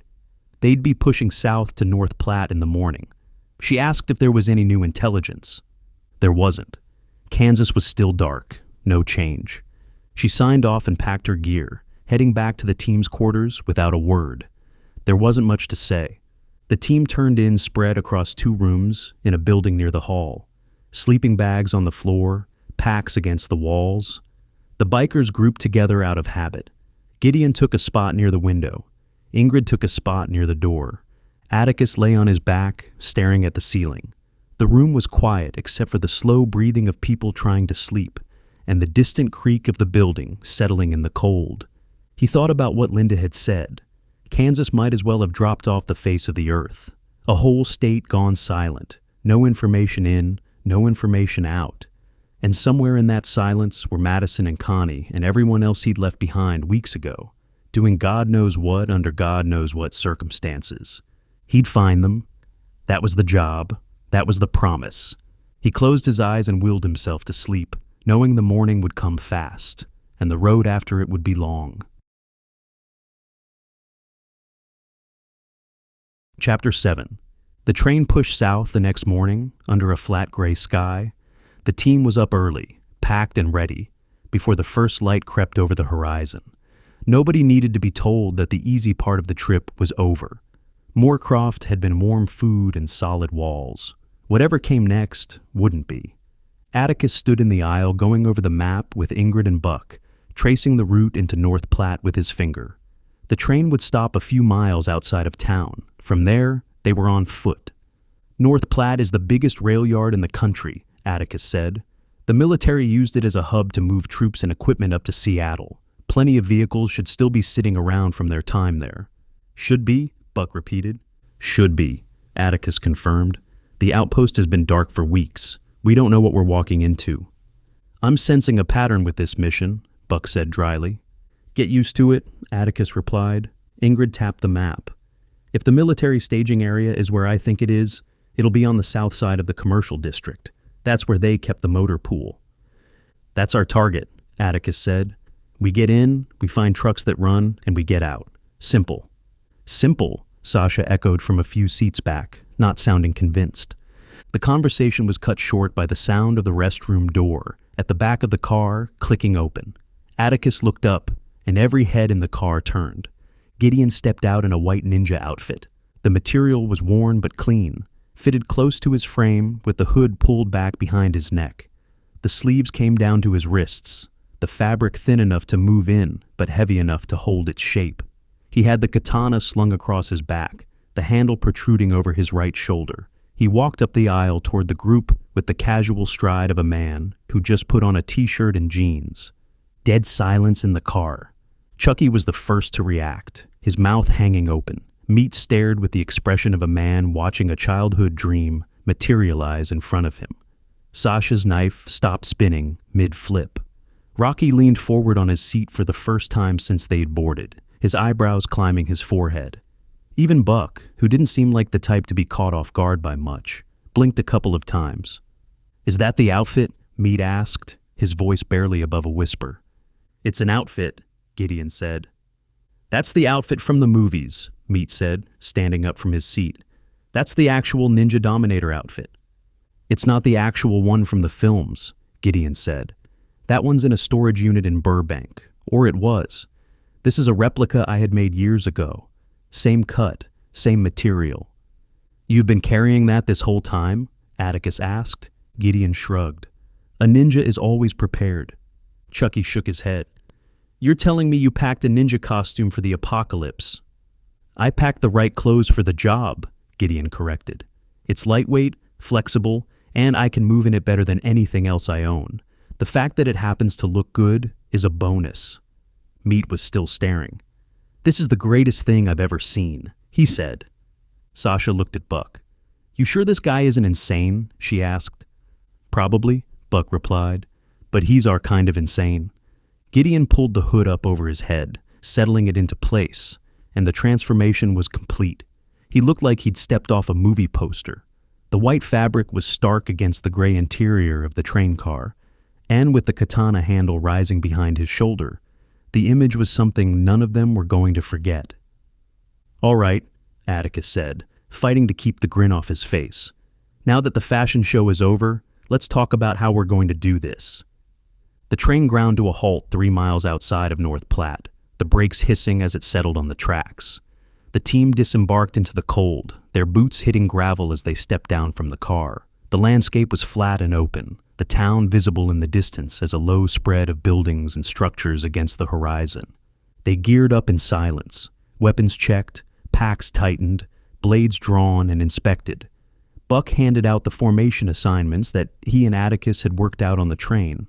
Atticus up front, Buck and Sasha on the left flank, Meat and Gideon on the right, Chucky and Rocky in the middle, Ingrid at the rear with her sidearm and eyes on the back trail. They moved toward town at a steady pace, spread out enough to react, but close enough to support each other. The first half-mile was empty. Flat ground, dead grass, the occasional rusted vehicle sitting on the shoulder of a road. Then they hit the outskirts, and it became clear why communications had gone dark. Zombies. Not a flood of them, but enough. Shamblers spread across roads and parking lots, wandering between abandoned buildings, drifting in and out of doorways like sleepwalkers. The town had been overrun at some point, and then left to rot. Whatever military presence had been here was long gone. Atticus raised a fist, and the group stopped. He pulled a pair of binoculars from his pack and scanned the town. "There," he said, pointing. "South side, past that commercial strip. See the cluster of vehicles?" Buck squinted. "By the big metal building?" "That's the staging area," Atticus confirmed. "Trucks and SUVs, at least a dozen. Maybe 300 yards from here." "And between us and them?" Buck asked. Atticus lowered the binoculars. "Several dozen of those things, spread out, but thick enough to be a problem." The group gathered around him. He could feel the energy shift. This was the part where training and talk stopped, and the real work started. "We push through in a tight formation," Atticus said, keeping his voice low. "Stay together. Don't break the line. We move steady, put down anything that gets close, and keep pushing toward those vehicles. No noise unless we have to. Melee first, guns only if it goes sideways." He looked at each of them in turn. "Questions?" Nobody had any. "Let's move." The first creatures they hit were stragglers. A pair of shamblers in the parking lot of a gutted convenience store, shuffling in circles like they'd forgotten what they were doing. Gideon was on them before anyone else had to move. He closed the distance in 3 quick strides, the katana coming off his back in a fluid draw. The first cut took the lead creature across the temple, a clean horizontal strike that dropped it without a sound. He pivoted, the blade sweeping low, and caught the second one at the base of the skull. It folded forward and hit the pavement face first. Gideon flicked the blood from the blade and kept walking.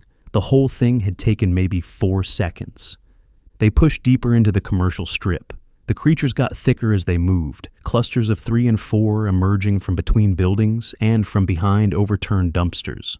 The team fell into a rhythm. Gideon and Meat worked the right side, Gideon cutting and Meat finishing anything that got past the blade with a heavy pipe wrench he'd taken from a tool rack in Morcraftoft. The wrench connected with skulls with a dull, wet crunch that turned Atticus's stomach, even as he appreciated the efficiency. Buck and Sasha handled the left. Buck fought with a machete in one hand, and his fists when the creatures got too close. His movements brutal and economical. No wasted energy, no unnecessary swings. Sasha was faster, darting in with her knives, slashing at legs to drop creatures to the ground before driving a blade through the top of the skull. She was small enough that the shamblers couldn't get a hold of her, and she used that to her advantage, ducking under grasping arms and coming up on the other side already cutting.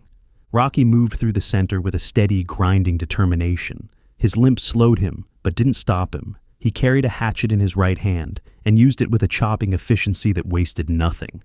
Every swing was aimed, every step was measured. He wasn't fast, but he didn't need to be. He just kept moving forward, and anything in his path went down. They were 100 yards in when Chucky broke. A creature stumbled out of a doorway to their left, close enough that Chucky could have reached out and touched it. Instead of putting it down and holding his position, he lunged after it as it staggered back into the building, chasing it through the doorway and out of sight. "Chucky!" Buck barked. No response, just the sound of something crashing inside the building, followed by a shout and the thud of a body hitting the floor. Buck looked at Atticus, and Atticus saw the anger flash across the biker's face before he controlled it. "Keep moving," Buck said to the others. "I'll get him." He peeled off from the formation and went through the doorway. Atticus heard another crash, a grunt, and then Buck's voice, low and hard, saying something that didn't carry. 10 seconds later, they emerged, Chucky with a fresh scrape on his forearm and Buck with a grip on the back of his neck that didn't look gentle. Buck shoved him back into formation. "You break the line again, and I'll put you down myself," he said. It wasn't loud. It didn't need to be. Chucky's jaw clenched, the cords in his neck standing out, but he fell back into position and stayed there. The scrape on his arm was bleeding, but it wasn't a bite. Atticus checked it with his eyes as the kid passed and confirmed it. Just a scrape from the wall or the floor. Close call, but clean. They kept pushing. The last 100 yards were the worst. The creatures had been drawn by the noise, shambling in from side streets and emerging from buildings on both sides. The tight formation started to feel less like a choice and more like a necessity as the shamblers closed in from multiple directions. Atticus drew his sidearm. He'd wanted to keep it quiet, but quiet was done. "Guns free," he called. The first shot cracked across the empty town like a thunderclap. Atticus put a round through the forehead of a creature that had gotten within arm's reach. Ingrid opened up from the rear, picking targets at range with controlled space shots that kept the trailing creatures from closing the gap. Gideon stayed with the blade, moving through the press of bodies with a precision that was almost eerie to watch. He cut, pivoted, cut again, each strike finding bone and brain. The white outfit was streaked with dark stains now. Blood sprayed across his arms and chest. And he moved like a man who'd forgotten there was anything to be afraid of. The hesitation Atticus had seen back in the park in Seattle was gone. This was what the man was built for. Meat was a wall. Creatures that got past the others ran into him and went nowhere. He swung the pipe wrench in wide arcs that cleared space around him, each impact sending a creature spinning to the ground. One ghoul grabbed onto his arm, and he simply lifted it off the ground with the grip still attached, smashing it against the side of a truck hard enough to cave in both the skull and the truck panel. They reached the staging area. A cluster of trucks and SUVs sat in a gravel lot beside the metal building, parked in neat rows that spoke to the military discipline that had once operated here. Atticus went down the line, trying doors and checking ignitions while the rest of the team formed a perimeter. The first 3 were dead. Batteries drained, fuel lines cracked. The 4th turned over with a cough and then died. The 5th caught on the second try, the engine rumbling to life with a sound that felt like salvation. "I got one," Atticus called. Buck was already at the next row. He tried 2 more before finding a second truck that fired up, the engine turning over rough but holding steady. "That's 2, Buck said. "Good enough?" "Good enough," Atticus confirmed. "Load up." The team piled in. Atticus took the wheel of the first truck with Gideon and Ingrid. Buck drove the second with Meat, Sasha, Chucky, and Rocky. They pulled out of the lot as the creatures that had been drawn by the gunfire converged on the staging area, a slow wave of bodies shuffling across the gravel toward where the trucks had been parked seconds before. Atticus hit the road heading south, Buck right behind him. The town fell away in the mirrors, and the flat, open road stretched out ahead of them, cutting through grassland that went on forever. Nobody spoke for a while. The adrenaline was still burning off, the shakes setting in now that the fighting was done. Atticus gripped the steering wheel and let his breathing settle. Beside him, Gideon sat with the katana across his knees, the blade still dirty. The white outfit was covered in streaks and spatters of dark blood, and there was a smear across his jaw where he'd wiped his face with the back of his hand. He looked like he'd walked out of one of his own movie posters. "You good?" Atticus asked. Gideon nodded slowly. "Yeah," he said, and there was something in his voice that hadn't been there before. A steadiness, a certainty. "Yeah, I'm good." In the back seat, Ingrid was already on the radio, checking in with the other truck to confirm everyone was accounted for. All present, no bites, 1 scrape on Chucky, confirmed clean. The fight had been their proving ground. They knew how they moved together now, where the strengths were, where the cracks were, and what each person brought when things got real. It wasn't perfect. Chucky had broken formation and nearly paid for it. The transition from melee to gunfire had been ragged, but they'd pushed through several dozen creatures, secured what they needed, and come out the other side intact. It would have to be enough. The flat Kansas landscape stretched out ahead of them, and whatever was waiting in it was getting closer by the minute. Chapter 8. The two SUVs rolled south through the flattest land Atticus had ever seen. Kansas stretched out in every direction, like someone had taken the earth and ironed it. The roads were straight and empty, cracked asphalt, cutting through miles of brown grass and open sky. Occasional farmhouses sat off in the distance, lonely structures that looked abandoned long before the outbreak. They'd been driving for hours. The conversation in the cab had died off after the first 30 minutes, replaced by the hum of the engine and the quiet of three people watching a whole lot of nothing go by. Gideon sat in the passenger seat, still in the white outfit from North Platt, though he'd pulled the hood down and wiped most of the blood off with a rag. The katana lay across his lap. Ingrid sat in the back with her maps folded on the seat beside her, eyes on the road behind them through the rear window. In the SUV behind them, Buck drove with Sasha in the passenger seat. Meat, Chucky, and Rocky were crammed into the back, packs stacked between them and on their laps. The further south they went, the quieter everything got. Not the natural quiet of empty countryside, something else. The kind of silence that settles over a place after something bad has happened and everything alive has left or died.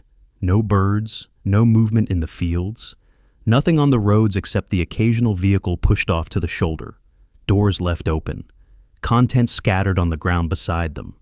Atticus clocked each one as they passed. A sedan with the trunk popped and a suitcase spilled open in the dirt.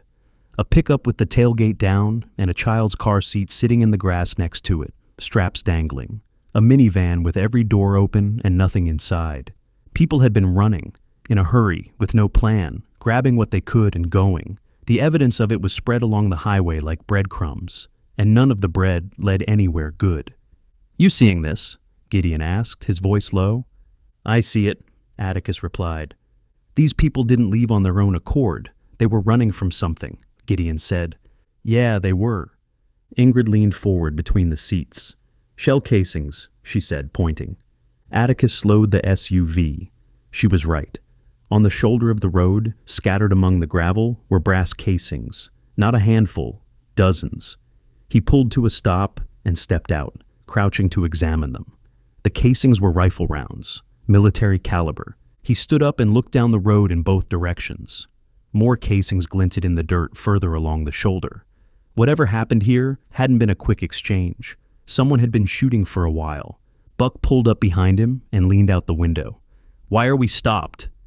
"Shell casings," Atticus said. "Military rounds. Somebody was shooting out here, and it wasn't at zombies." Buck's expression hardened. He looked at the casings, then down the road. "How far are we from Grand Bend?" "Less than 10 miles, Ingrid said from inside the SUV. Atticus got back behind the wheel. The knot in his stomach that had been tightening since they crossed into Kansas pulled a little tighter. They saw Grand Bend before they reached it. The road crested a low rise, barely more than a gentle swell in the flat terrain, and the town appeared ahead of them. A small cluster of buildings and houses spread across a few blocks. The kind of place that would have had a population of a few hundred on a good day. Churches, a main street, residential blocks fanning out to the edges. The kind of town where everybody knew everybody, and the biggest event of the year was the county fair. Atticus stopped the SUVs on the rise and killed the engine. He grabbed the binoculars from the pack on the seat and stepped out, raising them to his eyes. The first thing he saw was movement. Lots of it. Figures shuffling between buildings, drifting across the main street, standing in yards and intersections. Shamblers. Slow, aimless, scattered across the town like ants on a dropped sandwich. He started counting. 10, 20, 30. He kept going, scanning methodically from one side of town to the other. 40 visible, and that was just what he could see from here. The interiors of buildings were dark, and there were entire blocks he couldn't get a clear line on. The real number was higher, significantly higher. "How many?" Gideon asked. He'd gotten out and was standing beside the SUV, shielding his eyes from the glare. 40 plus that I can see, Atticus said. Probably double that if you count what's inside the buildings. That's a lot of creatures for a town this size, Gideon said. That's exactly my point, Atticus replied. He lowered the binoculars and looked at the town without them. Even from a distance, something about it was wrong beyond the zombie presence. He raised the glasses again and focused on the details. Houses with doors standing open. A couple of structures with visible damage, walls marked with pockmarks that could have been bullet impacts. More shell casings visible on the streets catching the light. A truck sat overturned at the far end of what looked like the main street, its underside scorched black. "These things didn't come on their own," Atticus said, still looking through the binoculars. "There's too many of them still standing, and nowhere near enough to push through the defenses that they had set up. Whatever happened down there, someone brought these things in." Buck walked up beside him. "Let me see." Atticus handed the binoculars over, and Buck spent a long minute scanning the town, moving slowly from one edge to the other. When he lowered them, his expression said he'd come to the same conclusion. "Deliberate," Buck said. "Deliberate," Atticus confirmed. "Why would someone flood a town with zombies on purpose?" Sasha asked from behind them. Atticus turned. "To clear it out. You dump a few truckloads of creatures into a town, the defenders are so busy fighting them off that they can't fight anything else.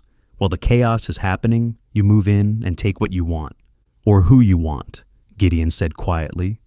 The words hung in the air. Nobody needed to spell out the implication.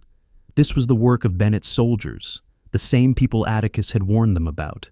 And if they'd done this to Grand Bend, the question of what had happened to Madison and Connie since Atticus left was starting to answer itself in a way none of them liked. The rest of the team had gathered around the SUVs now, watching the two of them. Meat stood with his pipe wrench resting on his shoulder. Sasha had a knife in each hand, flipping one absently. Chucky was shifting his weight from foot to foot, energy building. Rocky leaned against the rear bumper, arms crossed, his eyes on the town. "Okay, here's how we do this," Atticus said, turning to face the group. "Madison's safe house is on the east side of town. That's our target. We need to get there, find out what's going on, and get back to the SUVs." He pointed down the road. "We park the SUVs out here, off the road and out of sight. We go in on foot." "All the way?" Chucky asked. "All the way," Atticus confirmed.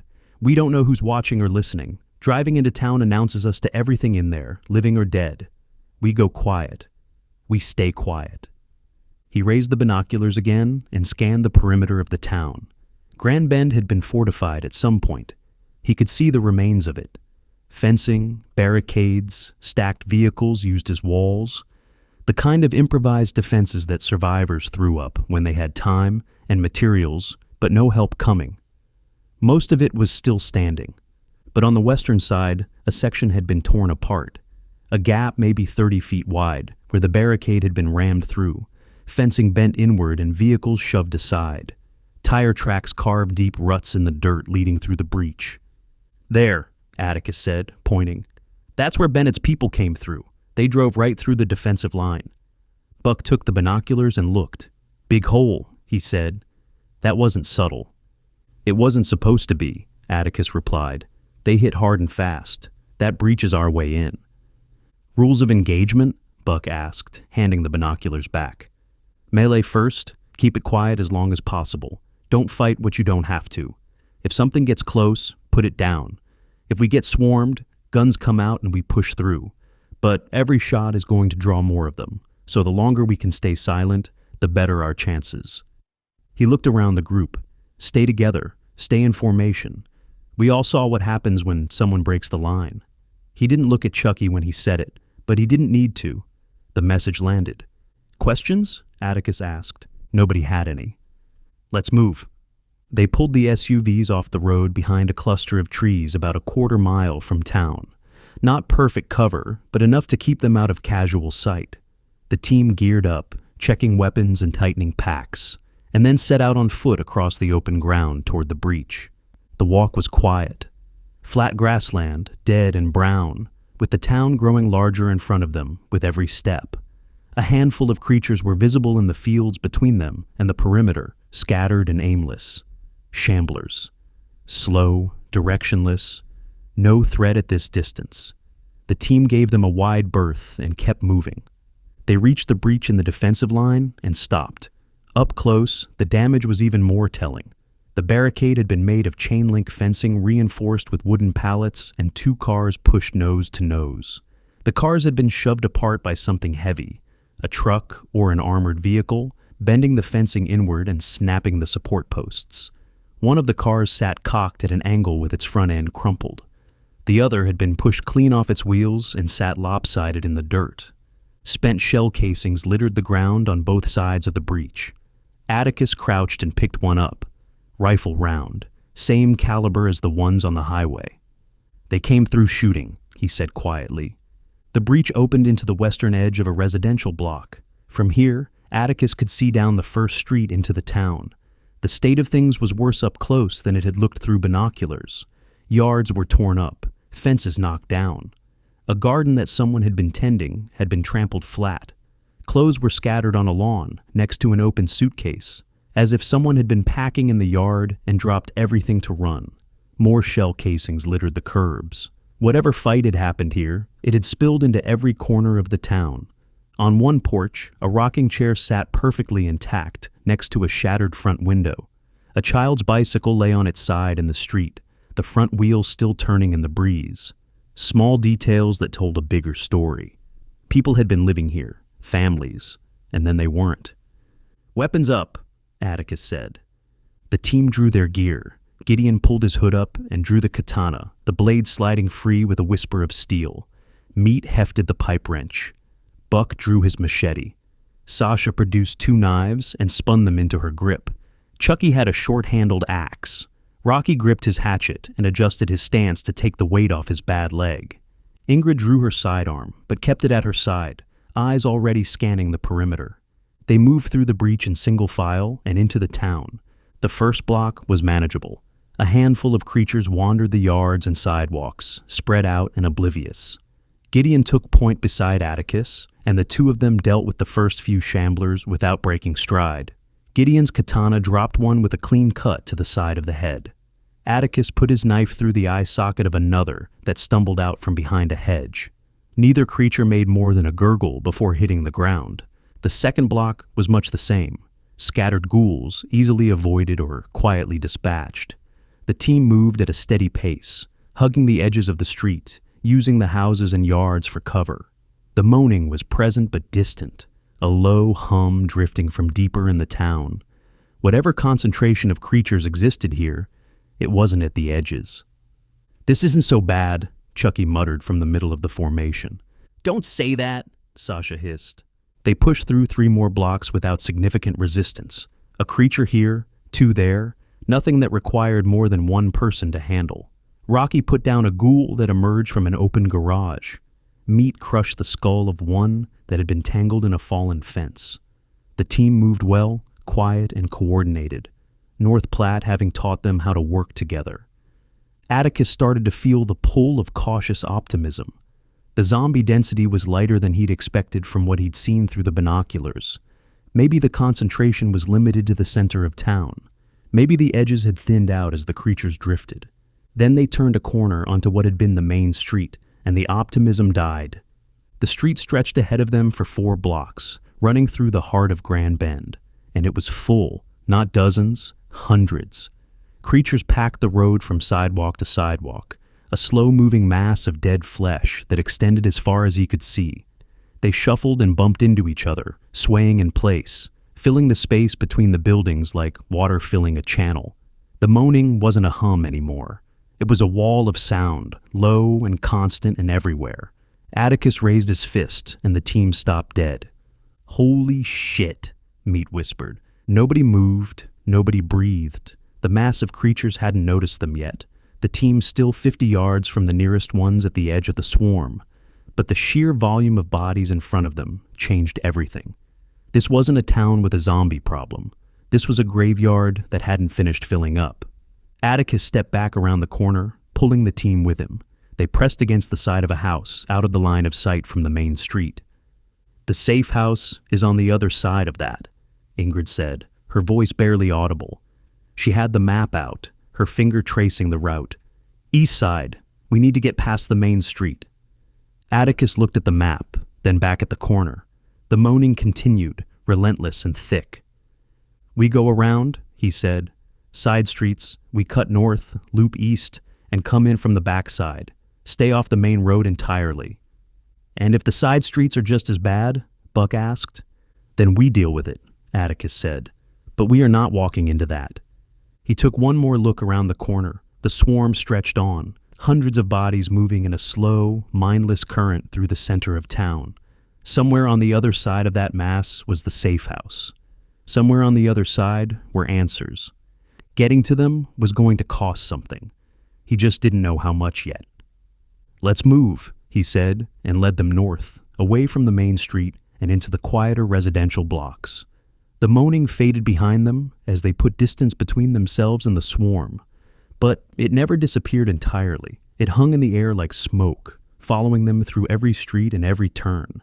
Grand Bend wasn't going to let them forget what was waiting at its heart.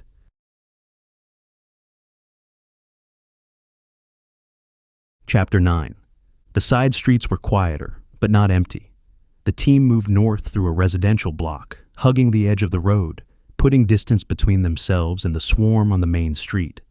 The moaning from the center of town was a constant presence, a low drone that rose and fell like wind through a canyon. It was quieter here, but it never went away. Atticus led them at a careful pace, knife in one hand and sidearm in the other. Gideon moved beside him, the katana drawn and held low. The rest of the team followed in the formation they had used since North Platt, Buck and Sasha on the left, Meat and Chucky on the right, Rocky in the middle, Ingrid at the rear. The first block was clear. The second had a single shambler standing in a driveway, its back to them, swaying in place like it had forgotten how to walk. Gideon closed the distance in 3 steps and took it down with a single strike to the base of the skull. It crumpled without a sound. They turned east at the next intersection, cutting toward the safe house. The houses here were smaller, set closer together, with narrow yards and low fences. Some had been barricaded, doors reinforced with boards and furniture dragged in front of windows. Others stood wide open, their insides visible through the doorways. Dark rooms, overturned chairs, stains on the floors that Atticus didn't look at for too long. Everything about this neighborhood said the same thing. People had tried to hold out, and they'd lost. A creature emerged from a house 2 doors ahead, stumbling through the front door and down the porch steps. It hit the bottom step wrong and fell onto the sidewalk, then struggled to pull itself upright. Rocky stepped forward without being asked and drove his hatchet into the top of its head while it was still on the ground. Quick, clean, done. They kept moving. Another block east, 3 more shamblers spread out across a yard. Meat handled 2 of them, the pipe wrench connecting with skulls in 2 efficient swings that dropped them where they stood. Buck caught the third as it wandered toward the formation, his machete splitting its forehead in a single overhead chop. Nobody spoke. The only sounds were footsteps, the wet crunch of weapons hitting bone, and the ever-present moaning from the town center. It was distant enough not to be a threat, but close enough to keep the pressure on. They were making progress. 3 blocks from the safe house, maybe 4. The density was thin on these side streets, the bulk of the creatures concentrated on the main road. If it stayed like this, they'd be there in 10 minutes. It didn't stay like this. They turned the corner onto a cross street that ran north-south, connecting the residential blocks to the commercial district. Atticus checked both directions before committing and froze. To the south, the street fed directly into the main road. He could see the edge of the swarm from here, a mass of bodies filling the intersection a block and a half away, shuffling and pressing against each other. The moaning was louder, the sound bouncing off the buildings and funneling up the cross street toward them. To the north, the street was mostly clear. A few creatures, maybe 4 or 5, scattered across the next 2 blocks. Nothing they couldn't handle. "North," Atticus whispered and pointed. "We cross quick, get to the next residential block, and keep pushing east." The team moved into the cross street. They were halfway across when a door banged open on the house directly to their left. A creature stumbled out, its foot catching on the threshold, and it pitched forward onto the porch with a heavy thud. The noise was sharp and sudden in the quiet of the side street. Every head turned. The creature on the porch scrambled to get up, moaning as it found its feet. The sound carried. From the south, where the cross street met the main road, a ripple went through the edge of the swarm. Heads turned, dead eyes locked onto the source of the noise. And then the moaning shifted, rising in pitch and volume as dozens of creatures began shuffling toward the cross street. "Move," Atticus said. "Now." They broke into a jog, crossing the street and cutting into the next residential block. But the damage was done. The moan from the porch creature had been picked up by others. A ghoul in a yard to their right let out a long, guttural call. Another one answered from inside a house, then another.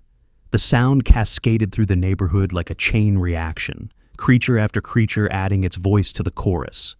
Ghouls emerged from houses on both sides of the street, stumbling out of open doors and crawling through ground floor windows. They came from garages and from behind fences and from the narrow gaps between buildings. Not a handful, not a dozen, dozens.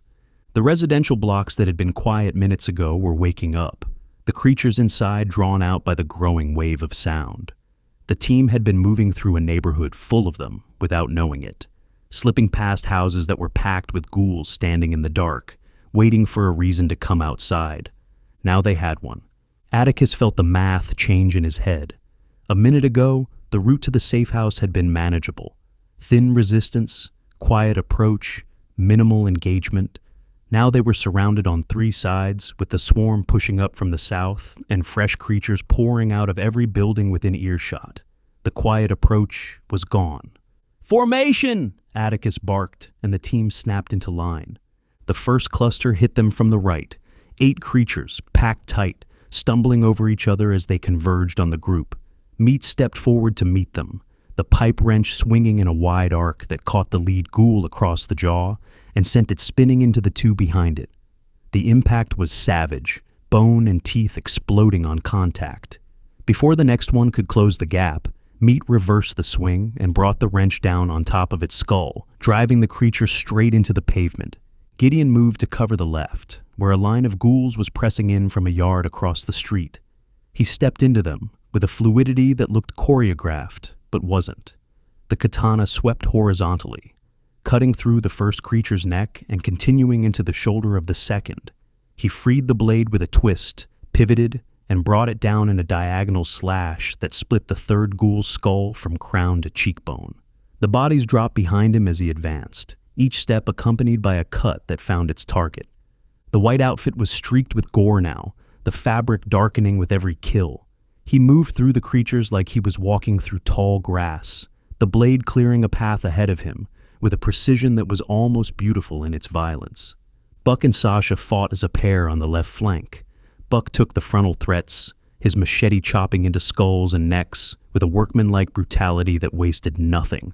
Where he was power, Sasha was speed. She darted around his strikes, slashing at legs to drop creatures to the ground, then driving a knife through the top of the skull before they could rise. A ghoul grabbed for her arm, and she spun out of the grip, the butterfly knife appearing in her other hand and punching through its eye socket in a single fluid motion. She was back in position before the body hit the dirt. Chucky fought like a man who'd been waiting for this. Every swing of his axe carried the full weight of whatever anger he'd been carrying since Seattle, and for once that anger was pointed in the right direction.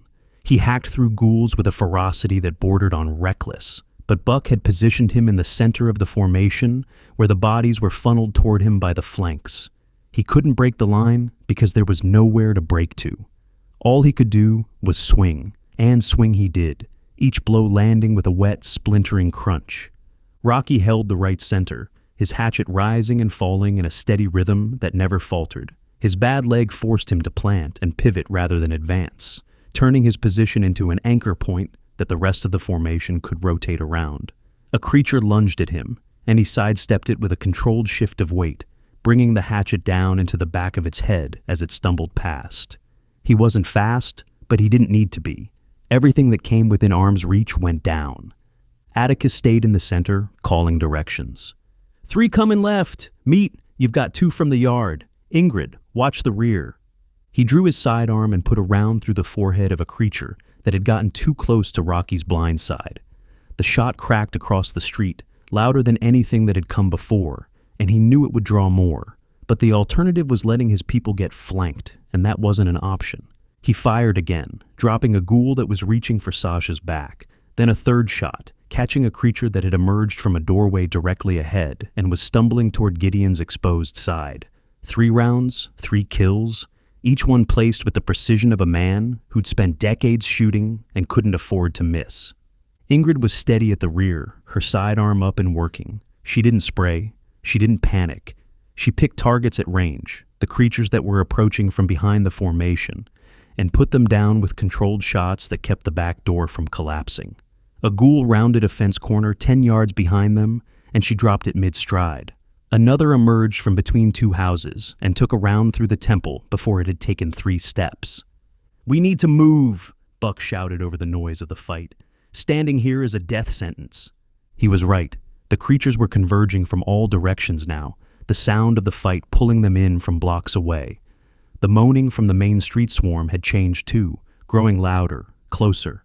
The horde was shifting toward them. "Push east," Atticus called. "Stay tight. Keep moving. Don't stop." The formation pivoted and began driving forward, cutting through the creatures ahead of them, while the ones behind pressed in. It was ugly. It was loud. Every step forward came with a fight, blades and fists and the crunch of the pipe wrench clearing the path. Gideon led the advance, the katana carving a path through the ghouls that the rest of the team followed. Meat moved beside him, the wrench swinging in heavy arcs that expanded the corridor whenever it threatened to close. Together they were a battering ram, one precise and one devastating, and the creatures in front of them simply ceased to exist as they passed. The team pushed through one block, then another. The density of creatures thinned as they got further from the main street, the residential blocks opening up again.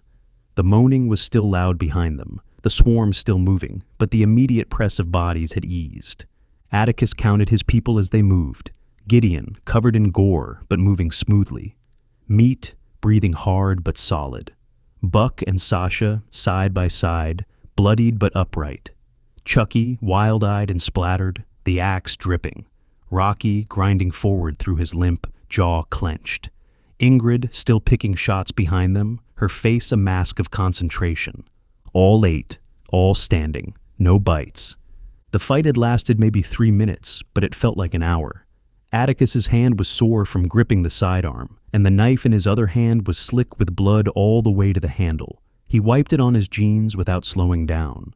They pushed through the last of the trailing creatures and broke into a run down a residential street that was mercifully empty. Behind them, the sound of the swarm echoed through Grand Bend, a living thing that filled every street and alley and open doorway. Atticus slowed them to a fast walk as the distance grew. They were bloodied, winded, and running low on the calm they'd started with. But they were alive, and they were moving. "How far?" he asked Ingrid. She checked her map without slowing down. 2 blocks, she said. "East side of the next intersection." 2 blocks. The moaning behind them was still building, the swarm reshaping itself around the noise they'd made. More creatures were emerging from houses ahead of them too, drawn by the gunshots and the commotion. Not many, but enough to keep them honest. "Keep it tight," Atticus said. "Almost there." Gideon flicked blood from the katana and adjusted his grip. Meat rolled his shoulders, the wrench resting against the side of his neck. The team pressed on, pushing through the last of the scattered ghouls with a grim efficiency born from the last 15 minutes of violence. The safe house was close. The answers they'd come for were close. Whatever those answers turned out to be, Atticus wasn't sure they'd be the ones he wanted to hear. But they were 2 blocks away, and nothing left in Grand Bend was going to stop him from getting there. Chapter 10. Atticus recognized the house from a block away, a dilapidated 1-story place on the east side of the street. Sagging roof, peeling paint, overgrown yard. It looked like it had been abandoned years before the outbreak, which was exactly the point. Nobody gave it a second glance. That's why Madison had chosen it. "There," he said, pointing. Gideon looked at the house and then at Atticus. "That's it?" "That's it." "It looks condemned," Meat said. "It's supposed to," Atticus replied. "The real setup is underneath." He led them across the yard at a quick pace, the team fanning out to cover the approaches, while Atticus, Gideon, and Ingrid moved around to the back of the house. The moaning from the swarm was still present, drifting through the streets behind them, but it was muted on this side of town. A few stray ghouls shuffled through a yard across the street, but none close enough to be an issue. Around back, a set of concrete steps led down to the storm cellar entrance. Atticus had walked these steps before, weeks ago, When Madison had first brought him here and punched in the 10-digit code on the keypad beside the heavy metal door, he remembered the click of the lock disengaging, the lights coming on inside, the walls lined with weapons and rations, the computer humming against the far wall, a proper agency bunker, hidden beneath a house that looked like nobody had lived in it for a decade. Madison had been proud of the setup, and she'd had every right to be. Her agency chief had ordered the military to build it for her, knowing she'd be stationed in Kansas for the long haul. He stopped at the top of the steps and stared down. The heavy metal door was open, not standing ajar from a failed latch. Blown open, the frame around the keypad was buckled outward, the metal warped and scorched around the edges. Someone had used explosives to breach it. The door itself hung from one hinge, the other ripped clean out of the reinforced frame. Scorch marks blackened the concrete walls of the stairwell, and fragments of the keypad mechanism were scattered down the steps like shrapnel. Atticus felt something cold settle into his chest. He'd seen a lot of things since this started: ransacked buildings, destroyed equipment, the evidence of violence in every form. But this was different. This was a door that had been built to withstand anything short of a military assault, and somebody had brought exactly that. You didn't blow a door like this on a hunch. Whoever came here knew what was behind it and came prepared to get through. He descended the steps, picking his way over the debris with his sidearm up. He stepped through the ruined doorway and into the bunker. The bunker was gutted. The weapons that had lined the walls were gone. Every rack, every mount, stripped clean. The boxes of rations that had been stacked along one side were gone. The maps and papers that had covered the planning table were gone. The computer that had sat against the far wall was smashed, the monitor shattered, the hard drive ripped out and taken. Even the cables had been pulled from the walls. Shell casings on the floor, boot prints in the dust, military tread, at least 4 or 5 different sets. They'd come down here in force, cleared everything of value, destroyed what they couldn't carry, and left. Atticus holstered his sidearm and stood in the middle of the empty bunker. The overhead lights were dead. The solar generator that had powered the place must have been destroyed or taken too. The only light came from the blown doorway behind him, a gray wash that barely reached the far wall. He turned in a slow circle, taking it all in. This had been Madison's lifeline, her connection to her handler, her weapons cache, her intelligence operation, everything she'd built during her time under cover, everything she'd used to track Bennett's movements and coordinate with Connie's people. All of it was gone. Gideon appeared in the doorway, the katana in one hand. He looked at the empty walls and the smashed equipment and said nothing. There wasn't anything to say. Ingrid came down behind him and crouched by the destroyed computer, turning over pieces of the monitor. "They took the hard drive," she said. "I noticed," Atticus replied. "If Madison had intelligence stored on that machine, they have it now." Atticus nodded. He'd already worked through that implication. Whatever Madison knew, whatever she'd gathered on Bennett's operations, his troop movements, his supply lines, his contacts with other deserter groups, the soldiers potentially had all of it now. The damage wasn't just physical, it was strategic. He waved the rest of the team down. They filed into the bunker one at a time, each of them taking in the scene. The emptiness of it hit differently than the chaos of the ransacked houses above ground. Those had been homes, lived in and torn apart. This had been an operation, carefully built and deliberately dismantled. "They knew exactly what this was," Buck said, looking at the blown door. "That's not a random search. They came here with a plan and the hardware to get through that door." "Which means somebody told them about it," Atticus said. The words settled over the room. Nobody argued. Chucky leaned against the empty wall where the weapons had been. "So what's the plan?" he asked. The attitude was gone. Just a man standing in an empty hole in the ground, asking what came next. Atticus looked at him, then at the rest of them. "I don't have one yet," he said. "Madison's not here. The bunker's been cleaned out. We came here to find our people, and so far we've found a town full of zombies and an empty hole." "So we came all this way for nothing," Chucky said. "We came all this way and we're still standing," Atticus corrected. "That's not nothing, but right now I need a minute to think." He turned and walked back up the concrete steps into the daylight. The air outside was cold and smelled like dead grass and something worse. He stood in the backyard of the dilapidated house and stared at nothing, his mind working through the pieces. Madison's bunker was breached and stripped. The town had been flooded with zombies. Connie's people had been rounded up. But there was no blood in the bunker, no sign of a body, no sign of a fight beyond the door. Whoever had blown through that entrance had found the place empty.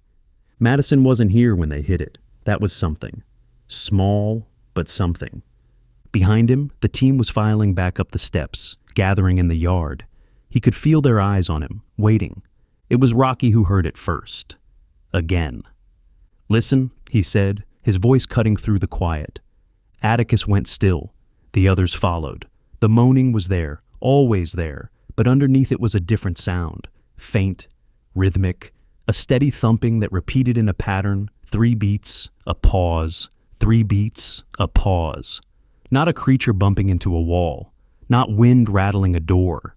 It was deliberate, controlled. Someone trying to be heard without being loud. It was coming from a house a few doors down the street. Atticus looked at the team. "Gideon, meet with me. Buck, hold the rest here and keep watch." Buck nodded. The 3 of them moved down the street, staying tight to the houses. The thumping got clearer as they approached the 3rd house from the corner. Small 1-story place. Front door closed and intact. Windows unbroken. No sign of forced entry. It looked untouched. They stacked up on the porch. Atticus tried the handle. Locked. He put his boot to it, and the frame splintered inward. They went through fast. Atticus left, Gideon right, Meat filling the doorway behind them. The front room was empty and undisturbed. A couch, a table, dust on everything. No creatures, no people. The thumping was louder now, coming from the back of the house. They cleared the kitchen and a bathroom before reaching the back bedroom. The sound was coming from behind the far wall. 3 beats, pause, 3 beats, pause. Atticus scanned the room. A bed, a dresser pushed up against the far wall, a nightstand. He grabbed the dresser and pulled it away from the wall, the legs scraping across the floor. Behind it was a panel set into the wall at waist height, painted to match, no visible handle. A hidden closet, invisible with the dresser in place. The thumping stopped the moment the dresser moved. Silence on the other side. Atticus holstered his sidearm and put his hand flat against the panel. "My name is Atticus," he said, keeping his voice calm and clear. "I'm here with a team from Seattle. We're looking for Madison." A long silence, then a voice hoarse and cracked, barely a whisper. "Atticus?" He knew that voice, wrecked and dry, but he knew it. "Max," he said. A scraping sound from the other side, a latch being worked with weak hands. The panel shifted inward an inch. Atticus pulled it the rest of the way open. The space behind the panel was barely 4 feet deep and 5 feet wide. A hidden room, purpose-built, invisible when sealed. Inside, Max sat on the floor with his back against the wall. He was pale, lips cracked, eyes sunken into dark hollows. Empty water bottles and cracker wrappers lay beside him. The air that came out of the small space was stale and sour. He'd been sealed in there for days. He squinted up at Atticus, eyes adjusting to the light, and a sound came out of him that was somewhere between a laugh and a sob. "You came back," Max rasped. Atticus knelt down and put a hand on his shoulder. The man was trembling, whether from dehydration or relief or both. "I told you I would." Max grabbed his forearm and held on, his grip weak but desperate. His eyes welled up and he blinked it back, his jaw working. He tried to say something else, but the words wouldn't come, so he just held on.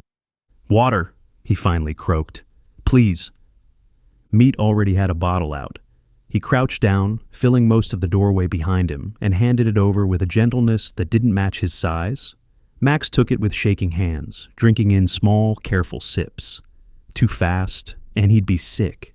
He seemed to know that, rationing the water the same way he'd been rationing everything else in that small, dark space. Gideon stood in the bedroom doorway, katana drawn, watching the hallway. "We need to get him back to the others," he said quietly. "The noise from the fight is still pulling creatures this way. Clock's ticking." Atticus nodded and looked at Max. "Can you walk?" Max nodded weakly. "Might need a hand." Meat stepped in and lifted him to his feet like he weighed nothing. One massive hand steadying his back. Max swayed, found the wall, found his balance. His legs were shaky, but they held. "Easy," Meat said. "I got you." They moved back through the house and out into the street. The moaning of Grand Bend drifted around them, the town still crawling with the dead. But Max was alive, and he was the first piece of the puzzle they'd come here to find. Atticus walked beside him, one hand on his arm to steady him, his mind already turning to the questions he needed to ask. What happened here? Where Connie was taken? Where Madison went? Everything Max had seen and heard from inside that hidden room while the world outside fell apart. The answers were coming, and Atticus had a feeling they were going to change everything. Chapter 11. They got Max back to the rest of the team in the yard behind the dilapidated house. Buck had set up a loose perimeter, the bikers watching the approaches while Ingrid kept her eyes on the street. A couple of stray ghouls had wandered close while Atticus was gone, and Sasha had put them down quietly. The yard was clear for the moment. Max sat on the concrete steps leading down to the blown storm cellar, his back against the railing, the water bottle still in his hands. Meat had given him a packet of dried food from his pack, and Max chewed on it slowly, his body processing the calories with visible effort. His hands had stopped shaking, but the hollowness in his eyes hadn't gone away. Atticus crouched in front of him and waited. He didn't push. The man had been sealed in a dark room for days, and the worst thing he could do right now was demand answers before Max was ready to give them. The team gathered in a loose semicircle, close enough to hear, but giving Max space. They'd been through enough today to know that what came next was going to determine everything. Max took a long, slow breath and set the water bottle down. He looked at Atticus. "How long have I been in there?" he asked. Atticus glanced at Ingrid. She did the math against their timeline. "Best guess, at least 4 or 5 days, she said. Max closed his eyes and nodded. "Felt longer," he said. He opened his eyes and looked at the group around him. Strangers, every one of them except Atticus. He studied their faces for a moment, taking in the weapons, the blood, the gear. "You brought an army," he said. "I brought what I could," Atticus replied. "Tell me what happened." Max rubbed a hand down his face, gathering himself.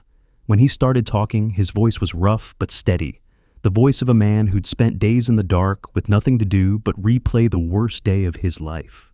"They came in the early hours," he said. "Trucks, military vehicles, a lot of them.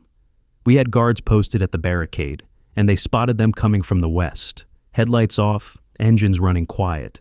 By the time the guards raised the alarm, the lead truck was already at the fence." "How many?" Atticus asked. "Trucks, at least a dozen. Men, 50, 60, maybe more." Max paused and rubbed his temples, pressing hard like he was trying to squeeze the memory into focus. But that wasn't the worst of it. He took another sip of water before continuing. The trucks at the back of the convoy were different, flatbeds with cages on them, metal cages welded together, stacked too high. And inside the cages were zombies, dozens of them, crammed in tight, moaning and clawing at the bars. You could hear them before you could see them. That sound, all of them going at once, it was louder than the trucks. The yard went quiet. Atticus could feel the shift in the team. Sasha's knife stopped moving. Buck's jaw tightened. Even Chucky was still. "They drove straight at the barricade," Max said. "The lead truck punched right through it, didn't even slow down, sent the cars we'd stacked up flying apart like toys. Once they were through, the flatbeds pulled up to the breach and they started opening the cages, just unloading creatures into the streets, one truck after another, dumping them out like livestock. The things hit the ground running, or shambling anyway, and they spread out through the streets in every direction." He swallowed hard, his throat working. "It was a strategy. The zombies flooded in, and our people had to fight them. Everybody who had a weapon turned to face the creatures, because that was the threat that was right in front of them. You've got ghouls coming down your street and banging against your walls. You're not thinking about what's behind them. And while our people were fighting for their lives, the soldiers moved in behind the horde. Using the zombies as cover," Gideon said. Max nodded. "They waited for the worst of the fighting to start, and then they came through the breach with their rifles up, started rounding people up. Anybody who resisted got put down. Anybody who ran got chased. They were organized, disciplined, like they'd done this before, like it was a drill they'd practiced." "Where were you when it started?" Atticus asked. Max's eyes dropped to the ground. In bed, he said. I heard the crash when the truck hit the barricade. By the time I got to the window, there were already creatures in the street. I grabbed what I could, water, some food, and headed for the closet. I'd found it a couple of weeks back when I was poking around the house. Hidden panel behind the dresser, latches on the inside. I figured if things ever got bad enough, it could save my life. He let out a breath that shook on the way out. I pulled the dresser back in front of the panel as best I could from the inside, sealed myself in, and waited. You heard the rest from in there, Atticus said. Every bit of it, Max replied. The screaming, the gunshots, the moaning, soldiers shouting orders, calling out names, telling people to get on the ground. I heard them come through the house I was in, kicking doors, checking rooms. They were in the bedroom for maybe 30 seconds. Opened the closet door, looked inside the regular closet, and moved on. They never found the panel. He picked up the water bottle again and held it without drinking. I snuck back out after they cleared the house, got to a window, and looked out to see what they were doing. Atticus's stomach turned, not at the violence. He'd seen plenty of that. It was the calculation of it, using the dead as a weapon against the living, and doing it for what wasn't likely their first time. How many people did they take? Atticus asked. Most of them, Max said. 100, maybe more. They loaded them into the trucks that had been carrying the cages. Men, women, kids, didn't matter. If you were breathing and they got their hands on you, you went on the truck. Connie? Atticus asked. Max's expression darkened. Something shifted behind his eyes, a flash of anger that burned through the exhaustion. They took her, he said, but not with the others. What do you mean? The soldiers who grabbed her knew who she was. They called her by name. They separated her from the group and put her in a different vehicle. She went in one direction, the rest went in another. Atticus let that sit. Connie had been singled out. That meant they knew about her, knew she was a leader, knew she was valuable. They didn't just stumble onto Grand Bend and sweep up whoever they could find. They came here specifically, and she was a target. Do you know where they took her? He asked. Max shook his head. Not exactly, but I heard them talking. The soldiers weren't being careful about it. I was already in the closet by then, and they were walking through the house next to me, checking rooms. They mentioned Burlington, said that's where Bennett was, and that's where she'd be going. Burlington, Atticus repeated. He'd heard that name before. Bennett's stronghold, the seat of his operation. That's where the others went too? Buck asked. I don't know, Max admitted. The main group could have gone anywhere. The soldiers had the whole operation running like a machine. Different trucks, different directions. I only heard what I heard through the wall. Atticus shifted gears. What about Madison? Max's expression changed again. Some of the darkness eased. She wasn't here, he said. She'd gone out on a run the day before. Supply run, I think, or maybe checking on something. She didn't say exactly. So she wasn't in town when they hit, Atticus said. No, and she knew something like this could happen. Max looked at Atticus. Before she left, she told me that if the soldiers ever found us, if they came in force and we couldn't hold, she would lie low in Garden Plain. Garden Plain, Atticus said. It's south of here, Max explained. Small town sitting in the shadow of Wichita. The whole area around it is crawling with zombies that spilled out of the city. You get within 10 miles of Wichita, and it's wall-to-wall ghouls. She'd hide in a town full of zombies, Gideon said, not quite a question. That's exactly why she'd go there, Max replied. Bennett's people aren't going to search a town that's overrun with those things. It's too dangerous, and there's no reason to think anyone would be crazy enough to be there. But Madison would. She knows how to move through them. She's done it before. I've seen her do it, Atticus confirmed. She's as good as anyone I've met at staying alive in the middle of those things. Meat shifted his weight, the pipe wrench resting on his shoulder. So our agent is hiding in the one place nobody would look, because it's surrounded by an army of the dead, he said. I have to admit, that's clever. Clever and dangerous aren't always far apart, Buck said. Atticus turned that over. It was smart, reckless, but smart. Exactly the kind of move Madison would make. Hide in the one place nobody would look, because nobody in their right mind would go there. How confident are you that she actually went? Atticus asked. She told me to my face, Max said. She looked me in the eye and said, if things go bad, Garden Plain, that's where I'll be. She wasn't guessing, she had a plan. Atticus nodded and stood up, pacing a few steps away from the group. His mind was working through the pieces, fitting them together. Madison in Garden Plain, near Wichita. Surrounded by zombies but alive and operational. Connie in Burlington, Bennett's stronghold, taken specifically because they knew who she was. The rest of Grand Bend's people scattered somewhere in the soldiers' network, locations unknown. He had two threads to pull: Madison, who had the intelligence, the contacts, and the knowledge of what was happening across Kansas, and Connie, who was a prisoner of the man running the entire operation. He couldn't pull both at once. Not with this team, not in this situation. He turned back to the group. "Anything else?" he asked Max. "Anything you heard? Anything you saw before you got sealed in?" Max thought for a moment. "The soldiers drove through town a couple of times over the first day or two after the raid," he said. "I could hear the engines going back and forth. I think they were checking to make sure they'd gotten everybody. After that, it went quiet. Nothing but the zombies." "They left the creatures here on purpose," Ingrid said. "Natural deterrent. Nobody comes back to a town full of those things." "Which is exactly why nobody's heard from Grand Bend since," Atticus said. The pieces were all on the table now. Not a complete picture, but enough of one to make decisions with. He looked around at the team, their faces looking back at him. Some bloodied, all tired, none of them backing down. Max looked up at him from the steps. He'd given them everything he had, days of fear and darkness and isolation, condensed into a story told in the backyard of a ruined town with the moaning of the dead drifting over the rooftops. "So what now?" Max asked. Atticus looked at the sky. The light was fading. They had been in Grand Bend for hours, and the swarm was still out there, still shifting through the streets, still filling the town with the sound of the dead. Now we figure out how to go get them.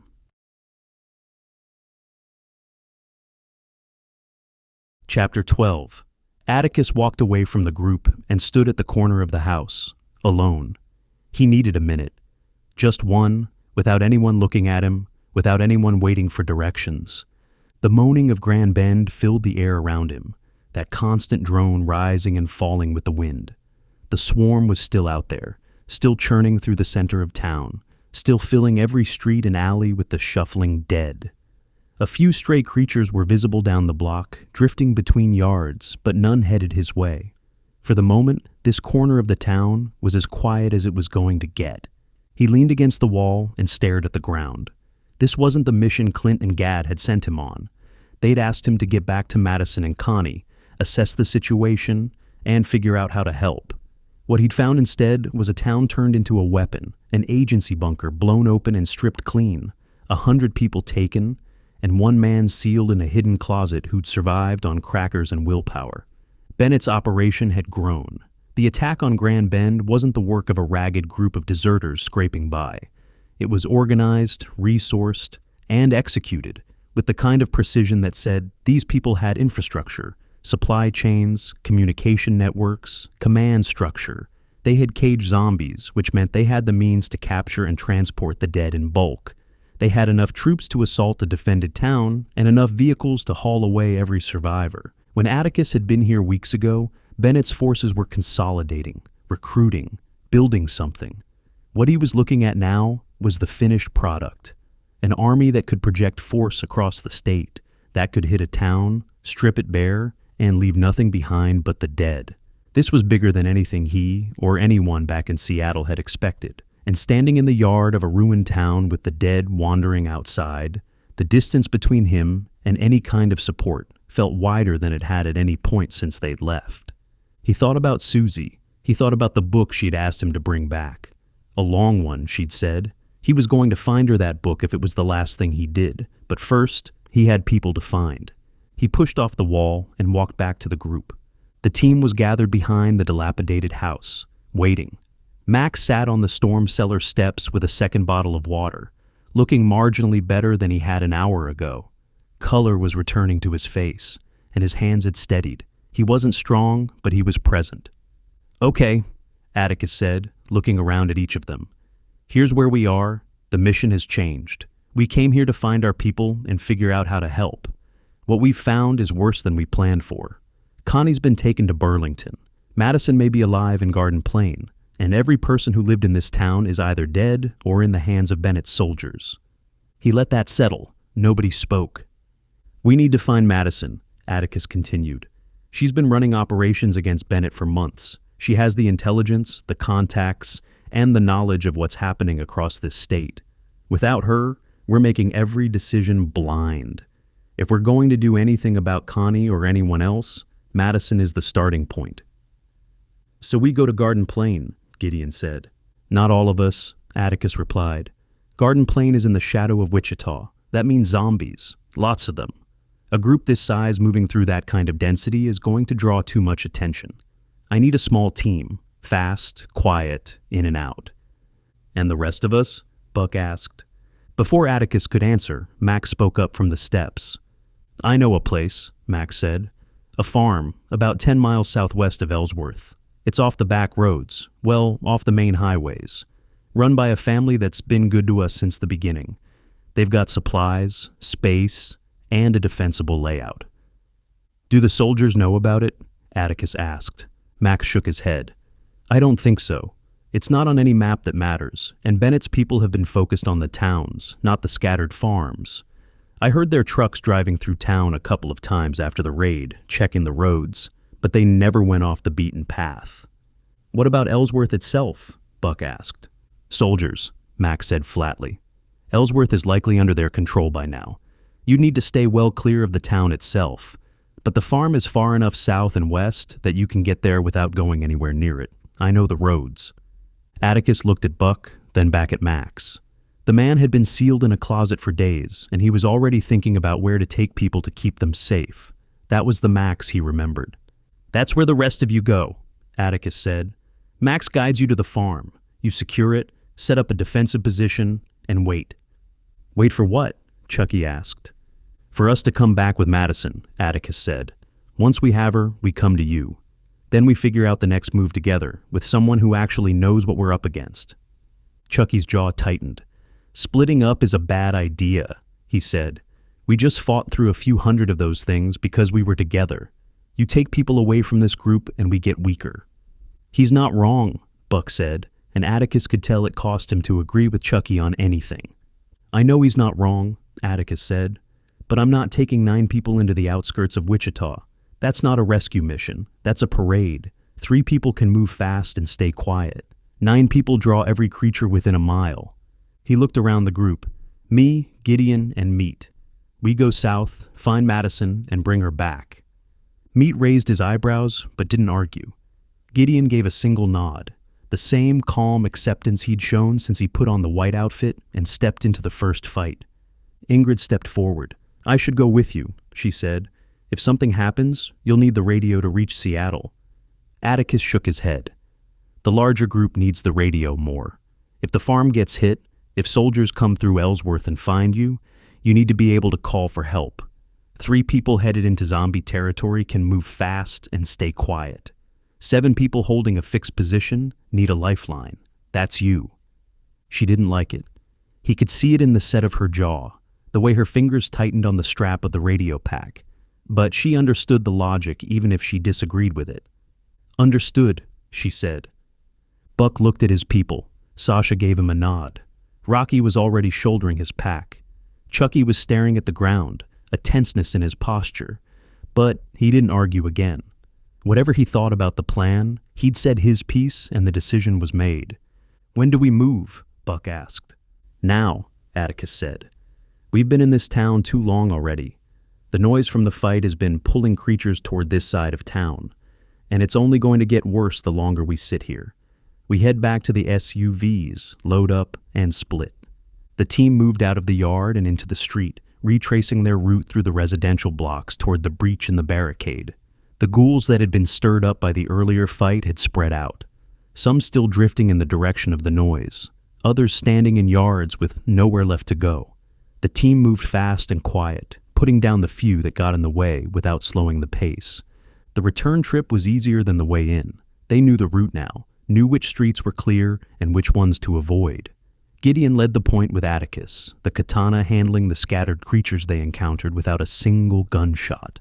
The team had learned to move together, and it showed. Even Max, weak as he was, stayed in the center of the formation without slowing them down. Max moved under his own power, still shaky, but keeping up. Meat stayed close to him, ready to steady him if he stumbled. But Max didn't stumble. He put one foot in front of the other, with the dogged focus of a man who'd spent days in the dark and wasn't about to fall down, now that he was back in the light. Once, he paused at an intersection and looked south toward the main street, where the moaning of the swarm was still thick and constant. His expression was hard to read. Anger, grief, something else. Then he turned away and kept walking. They pushed through the gap in the barricade and crossed the open ground to the SUVs, which sat undisturbed behind the tree line where they'd left them. The sight of the vehicles after everything they'd been through felt like finding a lifeboat. Buck and Atticus split the supplies between the two vehicles: water, food, ammunition, medical gear. Each SUV got enough to sustain its group for several days. Max climbed into the back of Buck's vehicle and settled in with visible relief at being off his feet. The team stood between the two SUVs in the fading light. Nobody wanted to be the first to say goodbye, so Atticus skipped it. "Buck, you get those people to that farm and you hold it," he said. "We'll find Madison and come to you." Buck extended his hand. Atticus shook it. "Don't take too long," Buck said. "Wouldn't dream of it," Atticus replied. Sasha looked at Gideon. "Try not to get that pretty outfit any dirtier," she said. Gideon glanced down at the white ninja outfit, which was covered in so much dried blood that it was barely white anymore. "I think that ship has sailed," he said. Chucky didn't say anything. He just gave Atticus a nod, short and sharp, and climbed into Buck's SUV. Rocky followed with a quiet, "Be safe," that was directed at all three of them. Ingrid was the last to board, pausing at the door to look at Atticus. "Check in when you can," she said. "I will," he promised. She got in and pulled the door shut. Buck started the engine, gave Atticus one final look through the window, and pulled out. The SUV headed north on the road, carrying the group toward a farm that may or may not still be standing. Atticus watched them go until the vehicle disappeared over the rise, then turned to his two remaining companions. Gideon stood with the katana slung across his back, the hood of his outfit pulled down, blood dried on his arms and face. He looked like a man who'd found his purpose and was comfortable in it. Meat stood beside him, the pipe wrench resting on his shoulder, his massive frame casting a long shadow in the fading light. He looked at Atticus with calm, steady eyes. "So," Meat said, "Garden Plain." "Garden Plain," Atticus confirmed. "Near Wichita," Meat continued. "Near Wichita, which is full of zombies. Very full." Meat nodded slowly, as if he were considering a restaurant menu. "And we're driving into that on purpose." "That's the plan." Meat looked at Gideon. Gideon looked at Meat. Something passed between them, an acknowledgement of the absurdity of what they were about to do, and then both men turned back to Atticus. "Let's go find her," Gideon said. Atticus got behind the wheel and started the engine. Gideon took the passenger seat, the katana across his lap. Meat climbed into the back, filling the seat like a man settling into a foxhole. The SUV pulled onto the road and turned south, toward Wichita, toward the shadow of a dead city crawling with creatures, and toward Madison, who was somewhere in the middle of all of it, waiting for someone crazy enough to come find her. The flat Kansas landscape stretched out ahead of them, empty and silent, and the road went on. The end.